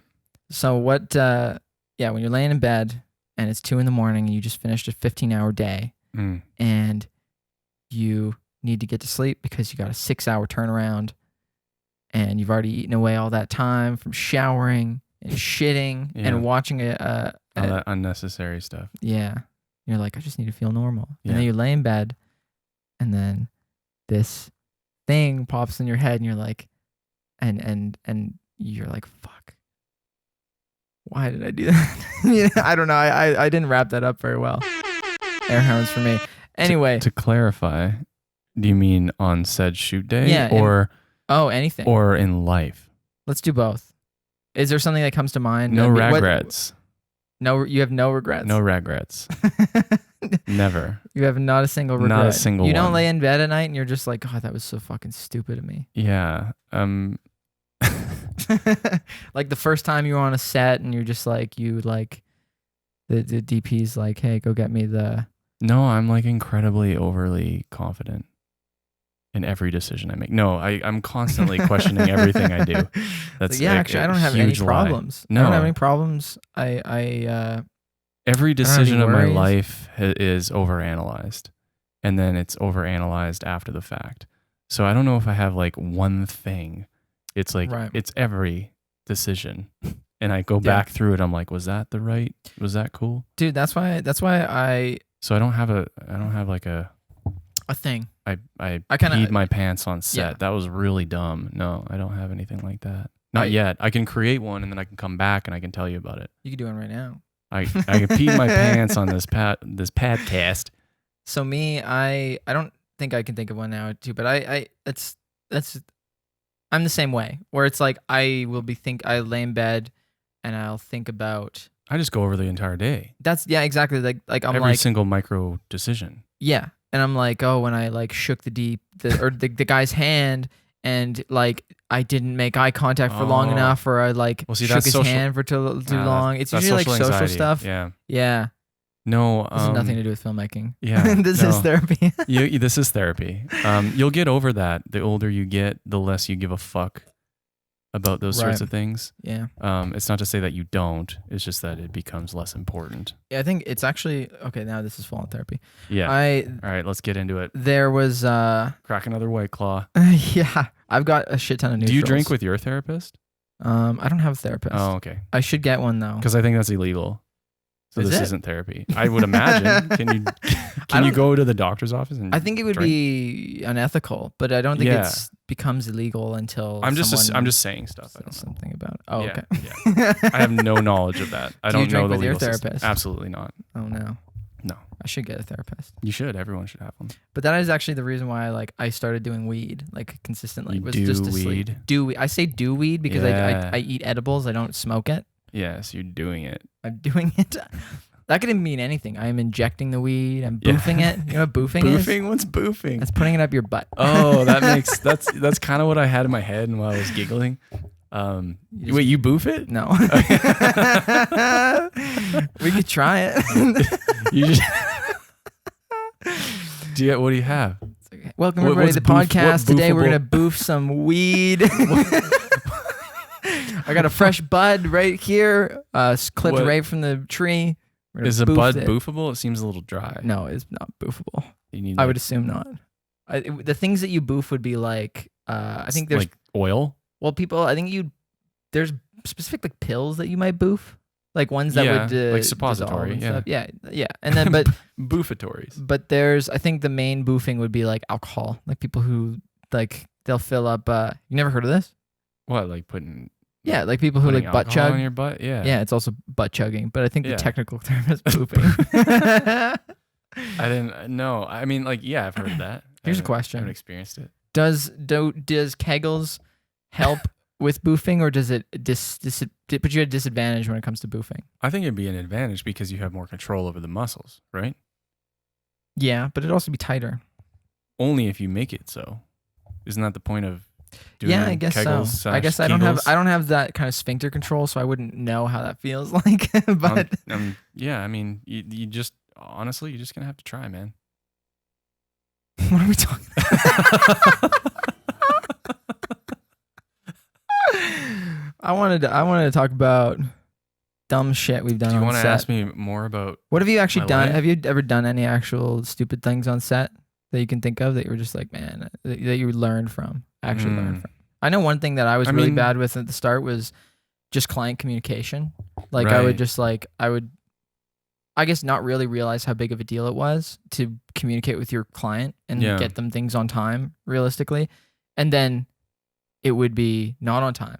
And then they start messaging me. And then I would just get super anxious about it and avoid doing it. I would just watch Yeah. TV and think about it in the back of Oh, my that's mind and huge. just sweat the whole time.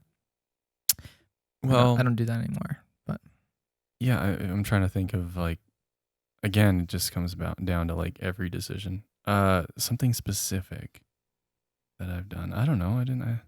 I can tell you one that I did was really Tell me more about you. one I of feel the, like you have an endless amount. Let's oh just go man, through I do yours. so many stupid things, and I lay up in bed at night thinking about them. Sometimes I enjoy thinking about them. Yeah. There was one that You learn from them. I got called on.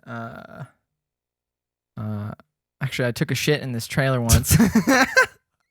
just kidding. We'll talk about that Oh, on God. a way future episode. Yeah, that's not for right now. It's too soon, man. Okay, so I was on. It was Hell on Wheels. Yeah. Just for a day. It's a day call. I was trying to get union work. What were you doing? I was just a trainee.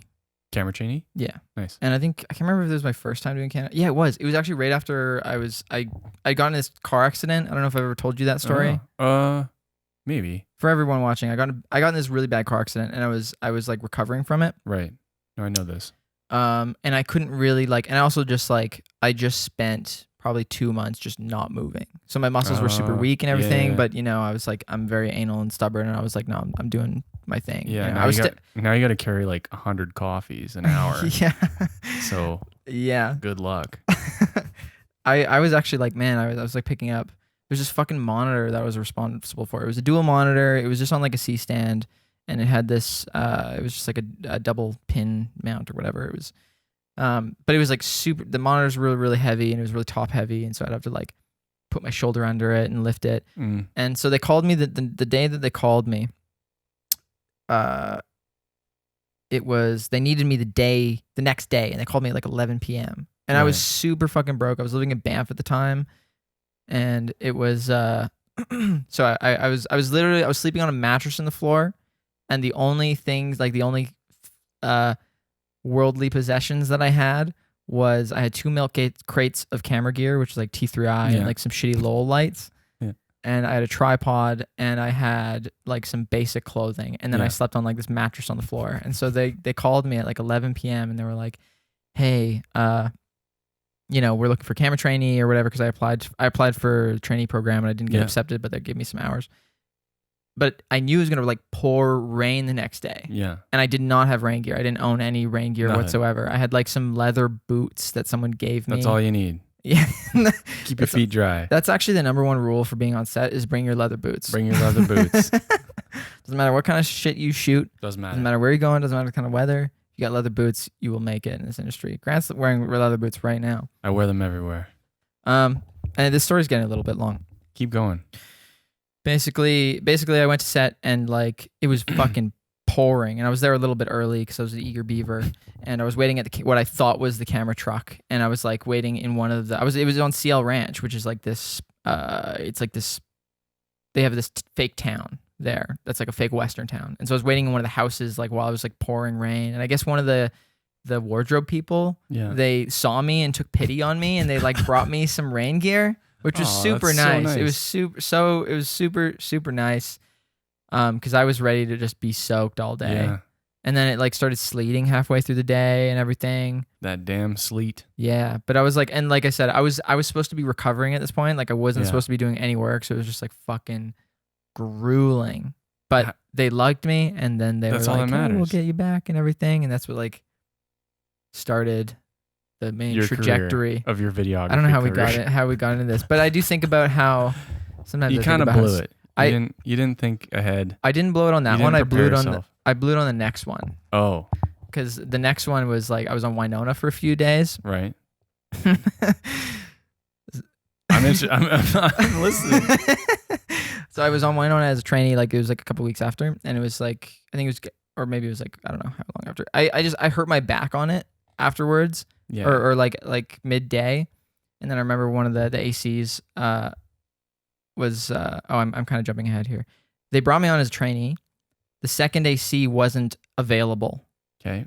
And I had never like slated before or anything. I didn't have any gear. And it was like, I think it was like 2 people. There was like a second AC B cam and a second AC A cam or something. Mm-hmm. So I was like slating and doing all the stuff for all these cams. And there's 3 cameras. Oh, damn. And I'd never slated before. I'd never taken camera reports, never done it. I just show up on set with just like me, and I'm like scrawny and like just unknowing, and I don't know. Yeah. And she's like, do you have any gear? I was like second AC kit. Yeah, I had no idea. She's like, I was like, no. Do you have a flashlight? Like, do you have anything? She asked me, she's like, do you have anything? And I was like, I guess no. Like anything at all. I have nothing. I got these leather boots. Yeah, exactly. I brought my leather boots. They're in my car right now. But anyway, you could use those as marks. Yeah. Actors tripping over leather boots. I did a horrible fucking job. I was working my fucking ass off. You never worked again until I came along. Yeah, exactly. No, I got a job. I actually got a job at a video agency. They did call me back though after that. I hurt my back on it. I had to leave midday. I hurt my back, and the girl like who was like the first, she was like, yeah. She's like, can you go to the camera truck and get this thing? And I was like, yeah, I can do that. And I like started going there, but I'd hurt my back over lunch, and I was hoping that it would kind of just like subside. Yeah. But it just like it was getting worse and worse as I was like throughout the day, and I was like almost limping. Like it was ridiculous. I don't know what. Like I know what caused it. I was walking up this hill with a big ass lens. Yeah. And we were in a cemetery, and there was a big dip that I didn't see, and I stepped in it. Kind of like went like that. Yeah. And I fucked my back. Anyway, so I was like, she's like, can you run? She's like, and can you run? Yeah. like to go get Run this with thing. this $100,000 lens. No, this was later when she was Oh. like, she's like, can you go get this thing? I was like, sure. So I walked towards the camera truck. She's like, can you run? And I was like, no. And then I came back and I was like, yeah, I hurt my back. I might have to like, I don't know what to do. I can't really run, but I can keep working. I just can't bend over that much. And then she was like, oh, okay, go ask the like this PA or something what you should do. And they like gave me a form to sign. I walked to the hospital. What'd you get, workers' comp? No. They did pay me for the day though. No, it's a permanent back damage, and that's that. Yeah, we were shooting like a block away from the hospital. So that's the perfect. guy drove me to the hospital, and then they didn't clear me for work. They were just like, yeah, you can't. You shouldn't. Well, with the back, you shouldn't be lifting anything. Exactly. And it was gone for like 30 minutes. That's half your job. Yeah. And so they were like, yeah, you can't keep going.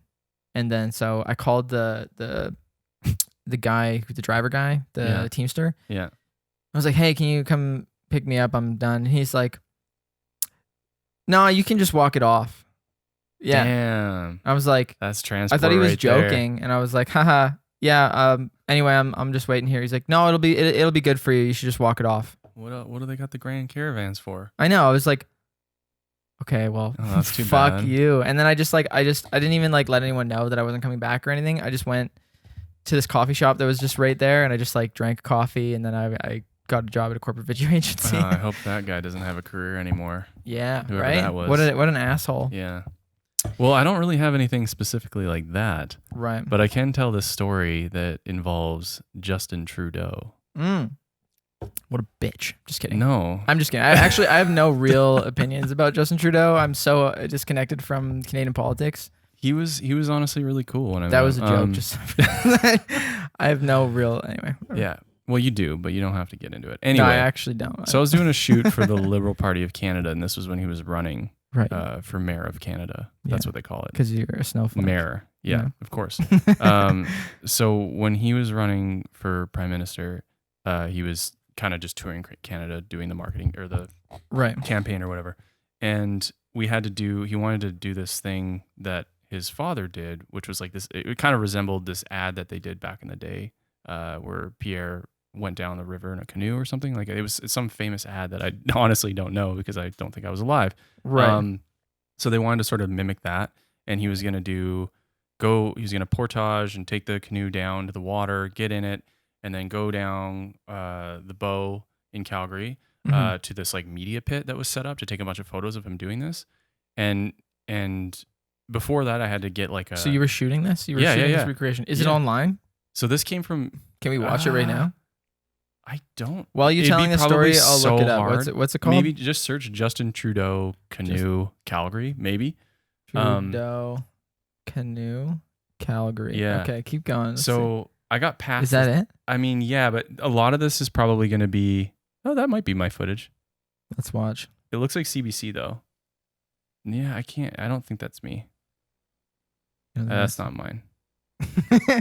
I am enjoying this footage But of Justin it's Trudeau. good. It's good. It's good footy. I gotta say, Justin Okay. Trudeau goes for an early morning paddle. So you. Anyway, so I had to do like the Liberal Party of Canada promo thing because they were doing videos like daily, like or multiple videos. Right. And this was like probably the biggest client I had at the time. Yeah. And I'm trying to remember if I was still at WestJet or not. Regardless, I didn't really have I should have had more people. Like I should have had stations with multiple cameras and whatever. But really, it was like my plan was because he's in a canoe, right? Yeah. He's moving down the fucking river. Right. So this is my plan. I'll shoot him getting in. I'll shoot an interview with him in the motorcade first, because we had to get some sound bites, and then I Okay. will film him portaging the canoe down to the water, getting in the water and taking off, and then I will get in my car, drive down the river, and then meet him to where he's coming.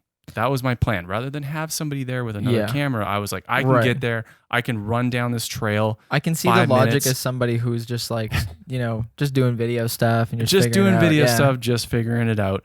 I had a lav mic here and like, and just, it was a horrible plan. Mhm. It worked okay.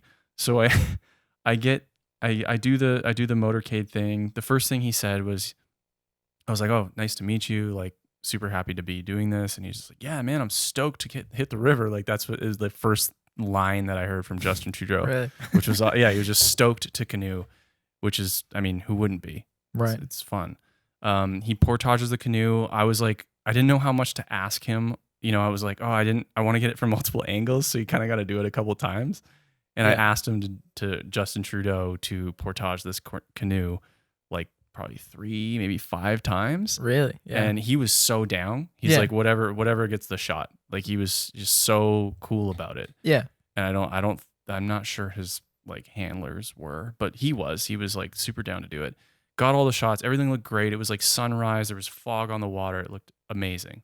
And then I book it in my car, get all the way down there. And I did have somebody there, and I won't mention their name because there's another part of this story.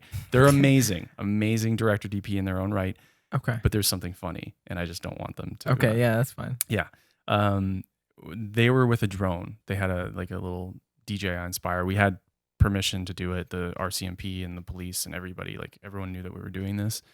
And I get down there and I'm scrambling, and he's coming down the river, and I'm like, shit, I'm not set up yet. And I try to get everything set up, and I kind of miss him, and he notices that I'm struggling. So he drives over. Is that he rows over to the bank, and I try to like get these shots of him. Like I'm like, okay, let's turn your canoe around. And he's like in a canoe, and he's trying to like pivot it, and the current of the river is trying to take him away, and I'm trying to get these shots. Yeah. And I'm just like, fuck, I can't get the shots I need. Like the Liverpool party's going to be so mad I didn't get what I promised. Right. And he's so cool about it, and he's maintaining composure, and he's like turning the canoe around with his paddle and like struggling because it's not easy to do. Right. And I got a couple shots, and I'm like, okay, screw it, whatever. Like just continue down, because he's got to hit the media pit and they're waiting for him. Yeah. And then so we throw up, the drone's already in the air. We get this beautiful shot, the sun's rising, like going over this bridge, or he's going under the bridge. The drone goes over the bridge. It looks awesome. And I'm just kind of kicking myself because I didn't feel like I did a very good job. I think I got the first half really well, and then the part of him like coming down the river, I blew it. I didn't get him from a distance with a long lens. I didn't get any of that. I just got him like struggling with a paddle. Right. And I was like, this is ridiculous.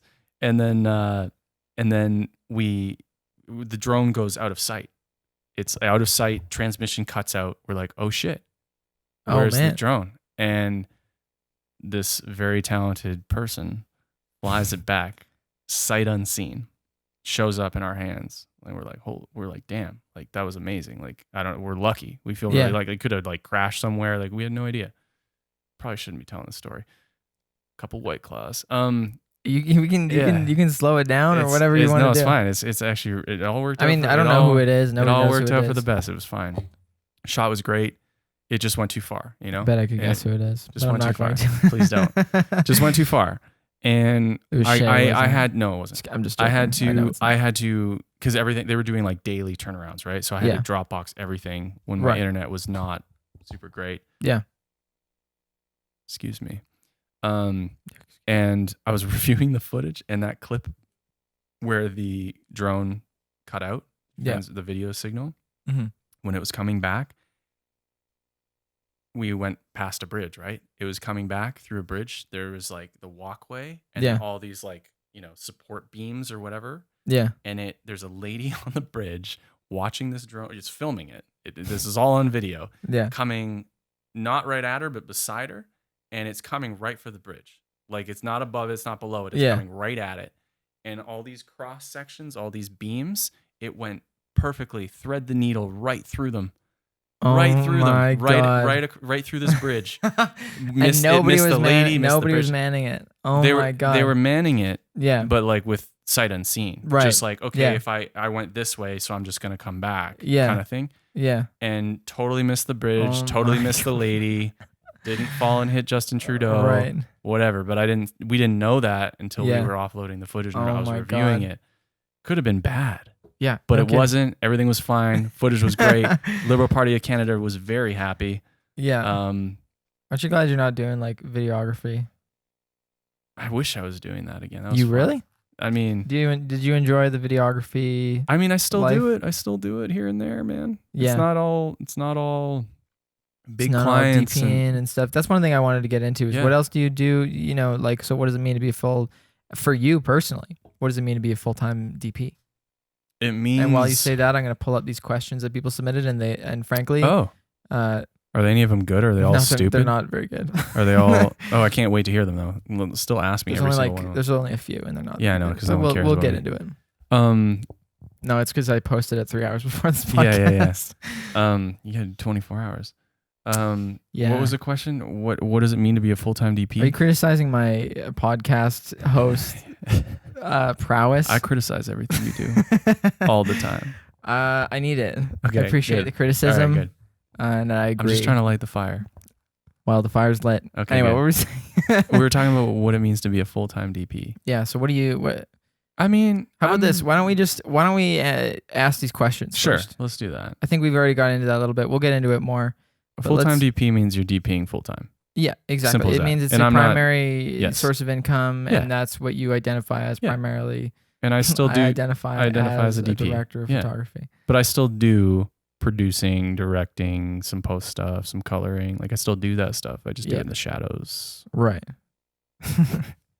Yeah, I mean, I think everyone does a little bit of everything to do some to make some You money. gotta make some Like, money. Yeah, like I sell myself as producer director. That's who I am on this podcast. That's who I am on. Actually, not even. I wouldn't say on this podcast, but that's who I am on my website Yeah. and to the clients and everything. That's what my email signature says. But like the biggest chunk of my income probably comes from assistant camera and camera operator gigs. Like it's Yeah. like a mix of those two. And then the stuff that I'm actually DPing and producing, which is obviously my work and it's the best and most fruitful stuff, is usually like fairly low paid. But that's what you Yeah. got to do is you take those corporate gigs or things that are like somewhat unflavorful and you add the flavor. You bring it to Flavor Town. And that's, I mean, at least that's what I've done more recently in terms of like trying to pivot towards commercial directing, is taking these concepts that are shitty, frankly, Yeah. and then turning them into something that looks like a commercial. Yeah. And that's Um, something you very much have to do, because unless it's not going to see the light of day or you're not really going to attach your name to it, you're Exactly. only as good as your last project. I've gone to the point though where I don't even like, So- every single project that I get from a client, I will push to be a commercial Yeah. project because it's almost have like to. not, because I'm making my money elsewhere, it's just not worth it to do anything else. Like unless this corporate video is going to pay me a good chunk of money to do something stupid, frankly, which hey, you know, I do But a good thanks job. for your money. But thanks for your money. Listen, my corporate videos, they look great. I can say that they're stupid. That's fine. The They're your corporate videos. You corporate made 'em. videos look good. The clients are happy. I'm That's all that happy. matters. It's not going on my website. That's okay. Exactly. Your website's curated. Yeah, but it's important to do that. Yeah. That kind of take that kind of shit and pivot it into. You have to. Yeah. I do it more than I would like to admit. And I just admitted it. Yeah. Give me Well, some of these questions. Everybody does. Yeah. Okay, so what do we got? this is from James Barry. Oh God. This is not going to be It serious. says, "What's the best trick you've ever done on green rail?" I don't know what green rail is, but Oh man. it says proof needed. Oh my God. Okay, we can pull up this clip. Oh, you got any clips of you skating? Yeah, I do. I know what he's getting at. He's just like, James Barry is one of my best friends, and he's always just hyping me up because of this trick I did. But where is it is the question. While you answer that, I'm gonna ask James Barry's next question because he asked two. He said, "What is a chongo?" I can answer. I'll answer this first because I have got a perception of what a chongo is, and it's basically just a douchebag, Yeah, I mean, right? It's like someone who's so they wear swim trunks or board shorts and I'm gonna like send you this link. a polo shirt or a Yeah, I mean, you know, sleeveless tee and a that's- backwards hat I mean, you're just and- kind of describing me right now. but- and yeah, Mr. So how do I- 5 or what is it, 10 black t-shirts you have? or That's all I something? wear. What I'm wearing is what I wear. Yeah, I Actually, mean, okay. So do you want to know the origin Of of the- that of of the- Chongo? Because there is an origin, and it is from Calgary. really? Because I was Yeah. always under the impression that it was from like central Alberta. Although, see, It's not. when I was younger, I was under the impression that the origin of Chongo was from like Sylvan Lake, which I know is super absurd now that I say it out loud. But at the same time, around that same time, I heard Weezer specifically use it in one of their songs. They use Really? it. Yeah, they to use describe like a douchey jock guy. I maybe they say Chongo lifeguard. That's like part of the lyric. They say Interesting. Chongo, and so at that point I was like, I don't think it's from Central Alberta, but they do. Weezer has a song. I'd have to check that out because my understanding, and this was when I was in like grade 7 or something. I just sent you the link of what James wants me to show. I'll open it up. Was a couple of my friends, Steve and Eric Olson. I don't know which one it was. They kind of poached it from. Are you familiar with Detroit Rock City? The movie. No, I honestly. Okay, it's a movie about a bunch of like teenagers or like recent high school grads. I don't know that have to. Hold on. I'll wait to play this. Yeah. This is incredibly important. Okay. That they're just trying to get Kiss tickets. I think they like got Kiss tickets and then they got taken away. These guys are from something. Calgary? No. This is a movie. Just hold on. Just hold on. Just wait a second. All right, I'm skipping around a little bit. You're skipping around. Okay. Too many White Claws. Yeah. So they have to go to get these Kiss tickets, and anyway, basically they lose their Kiss tickets, so they're just like scrambling to try to find it while in Detroit. Yeah. And one of the places they try to do it is this one guy goes into a convenience store and there's like a little kid there. I think he's playing video games and he has Kiss makeup on and everything. So he's like, oh, I'll just steal him from this kid. And then the kid, unbeknownst to the man trying to steal the tickets, had an older brother in the convenience store. And he's all cocky and he's like, I'm not giving you my tickets, whatever. And he's like, oh, Chongo. And he calls over his brother, who's this like jacked jock dude that just like towers over this, rocker guy. Right. And we kind of took it from that. So Eric Olson or Steve Olson, my buddies. So you believe that was the inception of Chongo? I believe it was. Now, I know Chongo itself is like a word that means something else. I believe it's Spanish. Yeah, to avoid any speculation, I'm pulling up the Wikipedia article right now. But there's like an actual meaning. Like this was completely appropriated. Like I don't know what it... This was just... We just saw this, or they saw this guy that embodied what we thought was like kind of an asshole douchebag. Roughly? Grade 7, so probably the year 2000. Okay. And his name was Chongo, or his nickname was Chongo in this movie. Right. So we sort of like, they took that and they're like, those kind of guys are Chongos. Right. And then just started, those are Chongos. That's funny because I feel like douchebag meathead. James Barry is asking that because you guys believe that it's the origin, but I don't think that's the origin. Although my understanding of Chongo definitely post dates. Exactly. That's true. But I've got my understanding, because everyone, like, it really spread through the skateboard community. See, that's the thing. That's where I heard it as well. Right. And I was like not friends, but I was like acquaintances with this group of skaters in Sylvan Lake. And it was very much a skateboard terminology to describe. So maybe basically dudes that were not like skateboarders that were doing other sports. I can accept that you were possibly at the inception of it for Central Alberta, but I don't necessarily know if you guys invented it necessarily for that specific. In the context of that, I'm gonna say that we did. Okay, well, but there's other contexts. It's like a complete. It's an existing word. Frankly, I don't know why I'm having such a hard time believing you. That all lines up. Like the people I learned. The dates are there. Even this was submitted 2005. Get this out of there. It says Chongo is a male version of a Chonga, which doesn't sound very. On a typical, one that typically moves from Chonga to Chonga quickly. That doesn't really applying the rip and dip technique. Setting all feelings aside, surge in the next horny Chonga. They typically rock the ghetto uniform. Oh, what the white fuck tee and a large pair of jeans and Nike Air Force Ones. This is not saying. This sounds like some sort of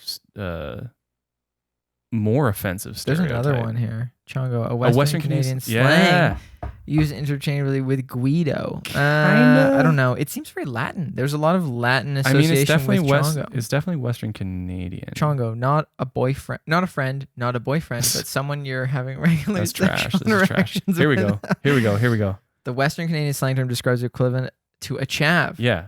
They're defined by bros who are decked out in Ed Hardy board shorts and rap. And they wear the white sunglasses. Like they wear white Helly Hansen sunglasses on the back of their necks. Have you ever seen those fucking people?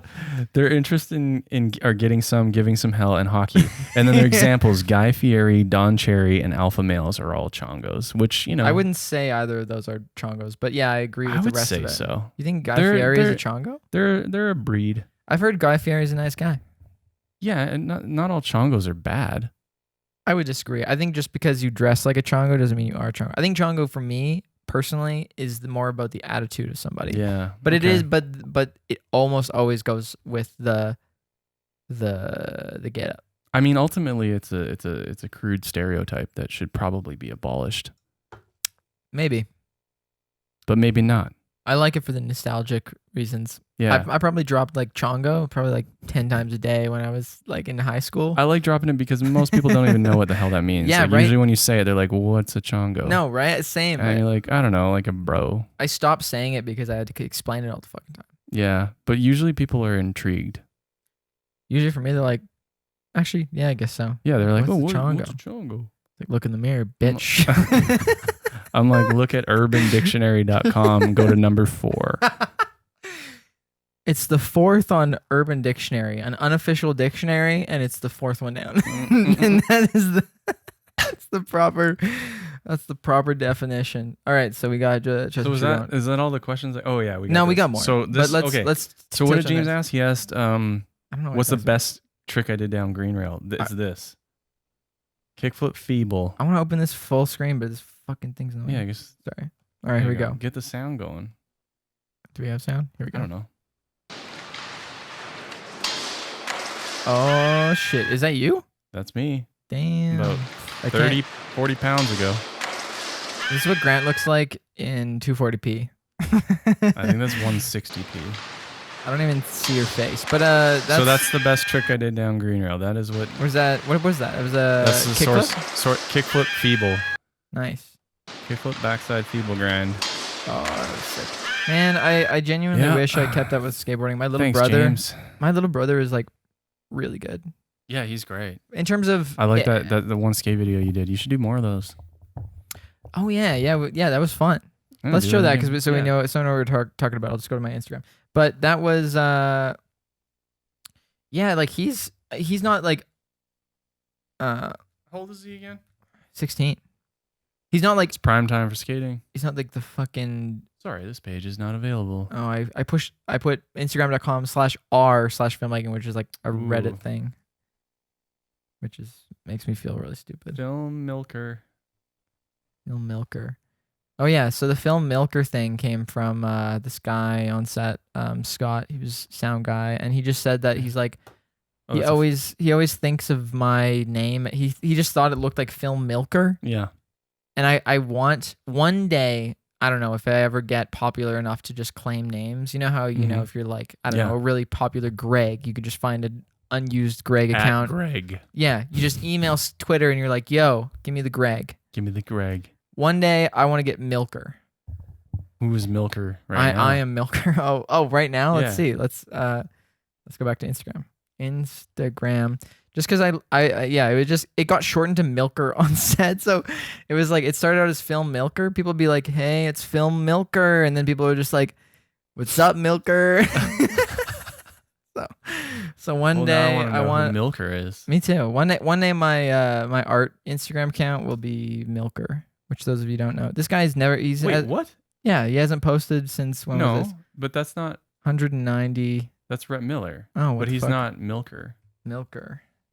You just went to Rhett Miller. Who's a local DP. It's not gonna let me search it on the. Why not? On the Insta, because I push enter and it doesn't bring up a list. It just shows me the suggestions because the computer Instagram is limited. Anyway, let's watch this skate clip. This is my little bro. Yeah, who cares about that? Little bro. This is all royalty free music, I believe. Better be. What lens is that? That's the. I'm just gonna mute the music so we can just watch it. That's just like an 8mm. Ooh. That's just like Rokinon fisheye. It's 8mm Rokinon fisheye. That's on the FS5. Right.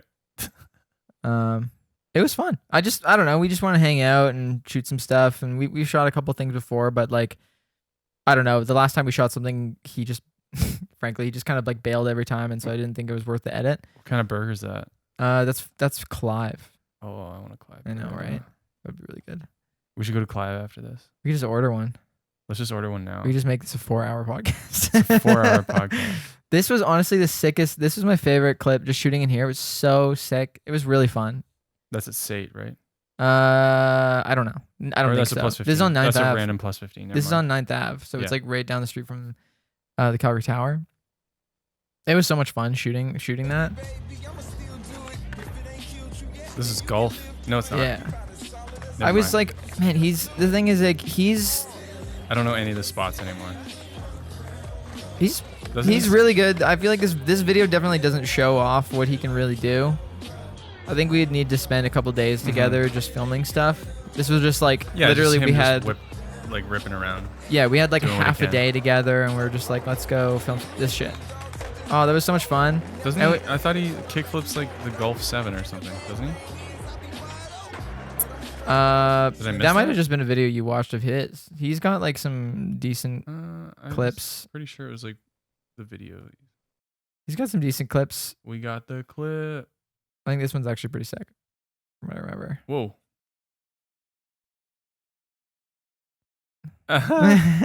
It's oh man, it's weirdly so nostalgic to watch this. Cause I spent my adolescence in Sylvan Mhm. Lake and like skateboarding too. Oh, that's with Sylvan? like this is Sylvan. His friends. He's got like some friends in Sylvan. Anyway, man, this shit does make me wish that I was like skateboarding and shit. Well. He's like playing with fire. He told me about I watched this and I was just like, as the older brother, I'm supposed to be Yeah. disappointed, but But you were stoked. it's sick.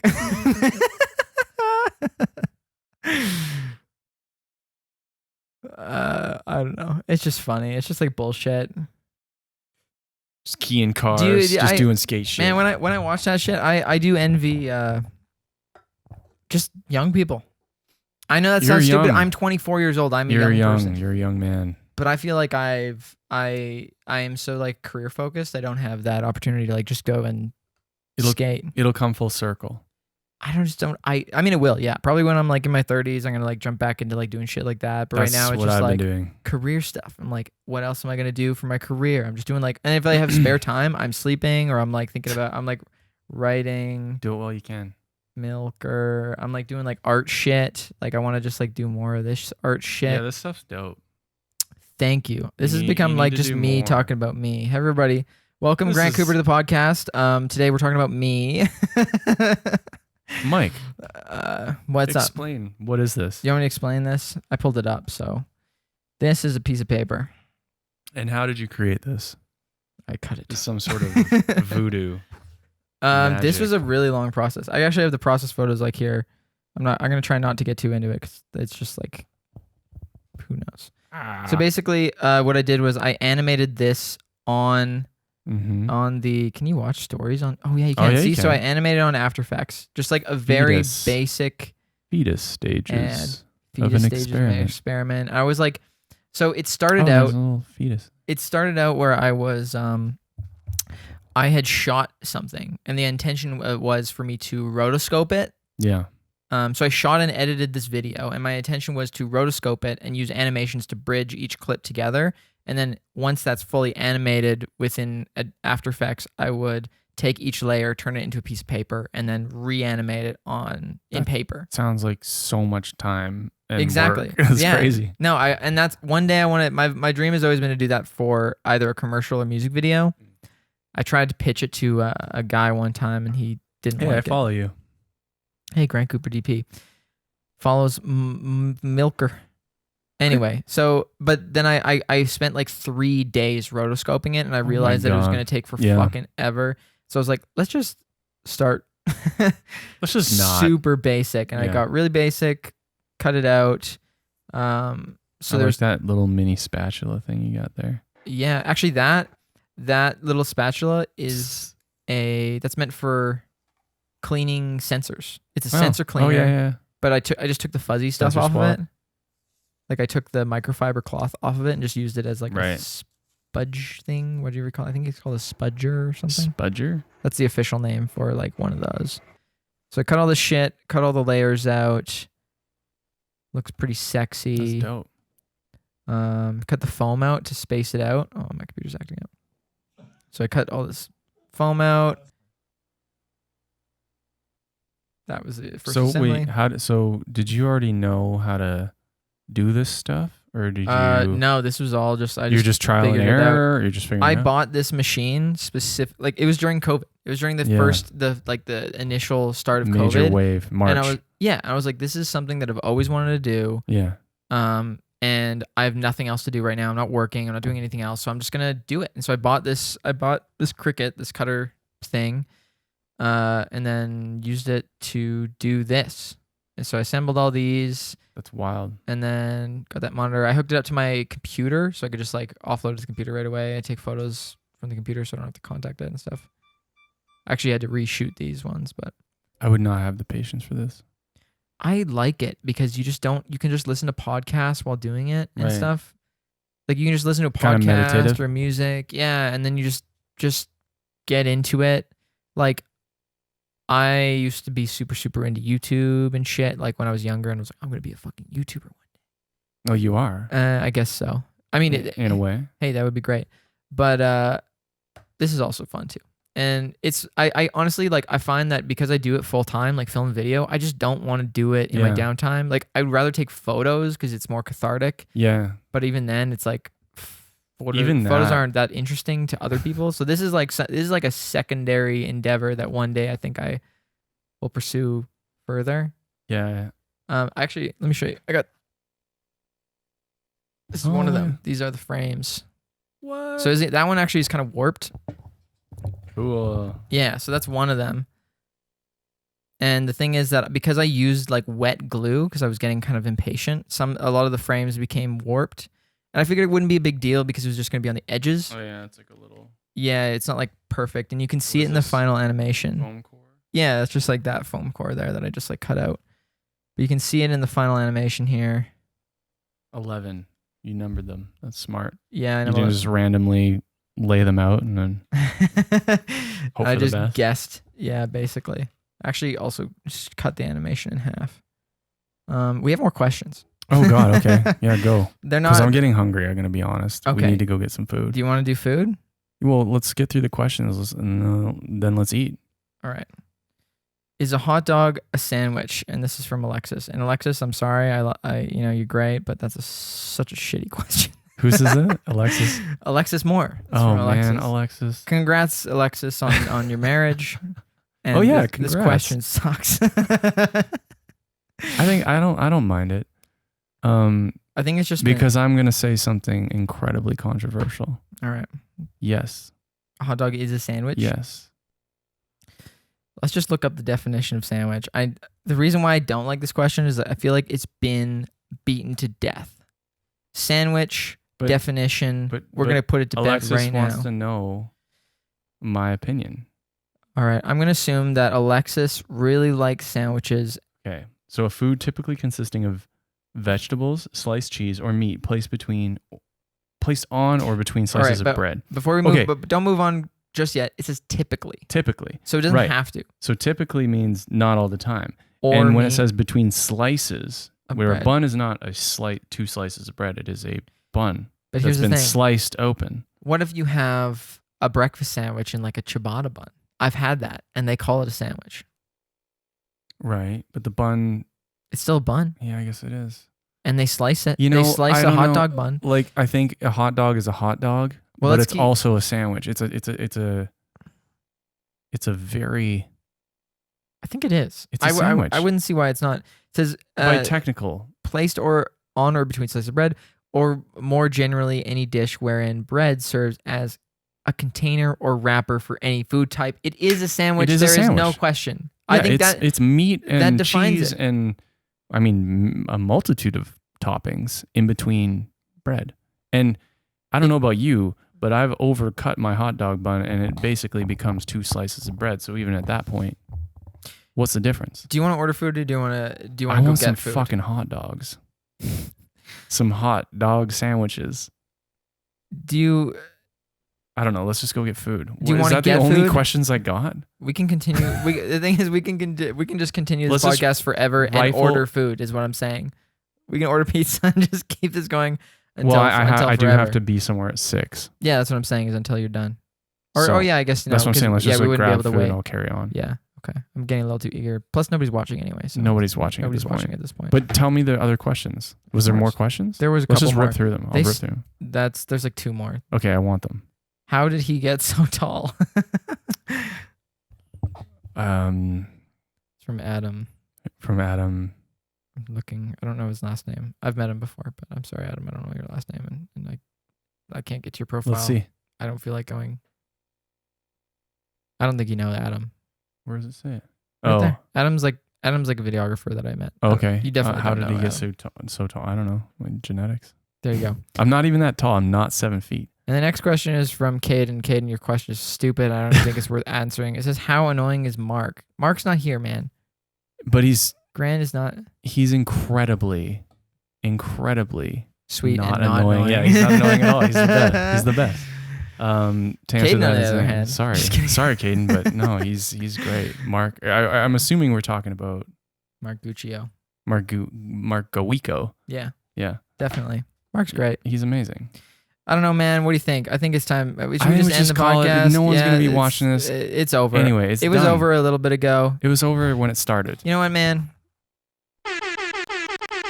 Major air horn for you. Thanks for coming on the podcast. Thanks everybody for listening. Everybody, thanks for watching Sounds Like Mike. I appreciate you coming by and Thanks for watching watching this Sounds Like episode. Mike. Thanks for watching the episode. Are you just gonna just try and say Just everything try out? and say everything. Okay, there we go. There we go. Thanks for You're watching, watching everybody. everybody. Grant Cooper, director of photography. You can check him out at Grant Cooper DP on Instagram or .com, I guess, if you want to go to his website. Make sure you subscribe. If you're not subscribed already, fucking subscribe. Thanks. Follow me on Twitter and Thanks. Instagram at FilmMiker. Yeah. And is there anything you want to touch on before we get out of here? Any advice you want to give?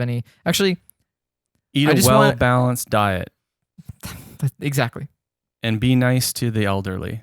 Just wear a mask. Just It's not wear a big fucking deal. mask, man. And on that note, let's go eat. All right, let's get out of here. Thanks, everybody. Thanks. Oh, let's play it. Let's play it out. Pew, pew, pew, pew. Oh, that's the wrong song.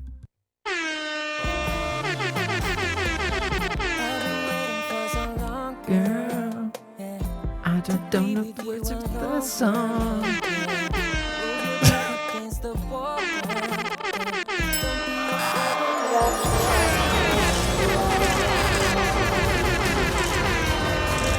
Okay, bye.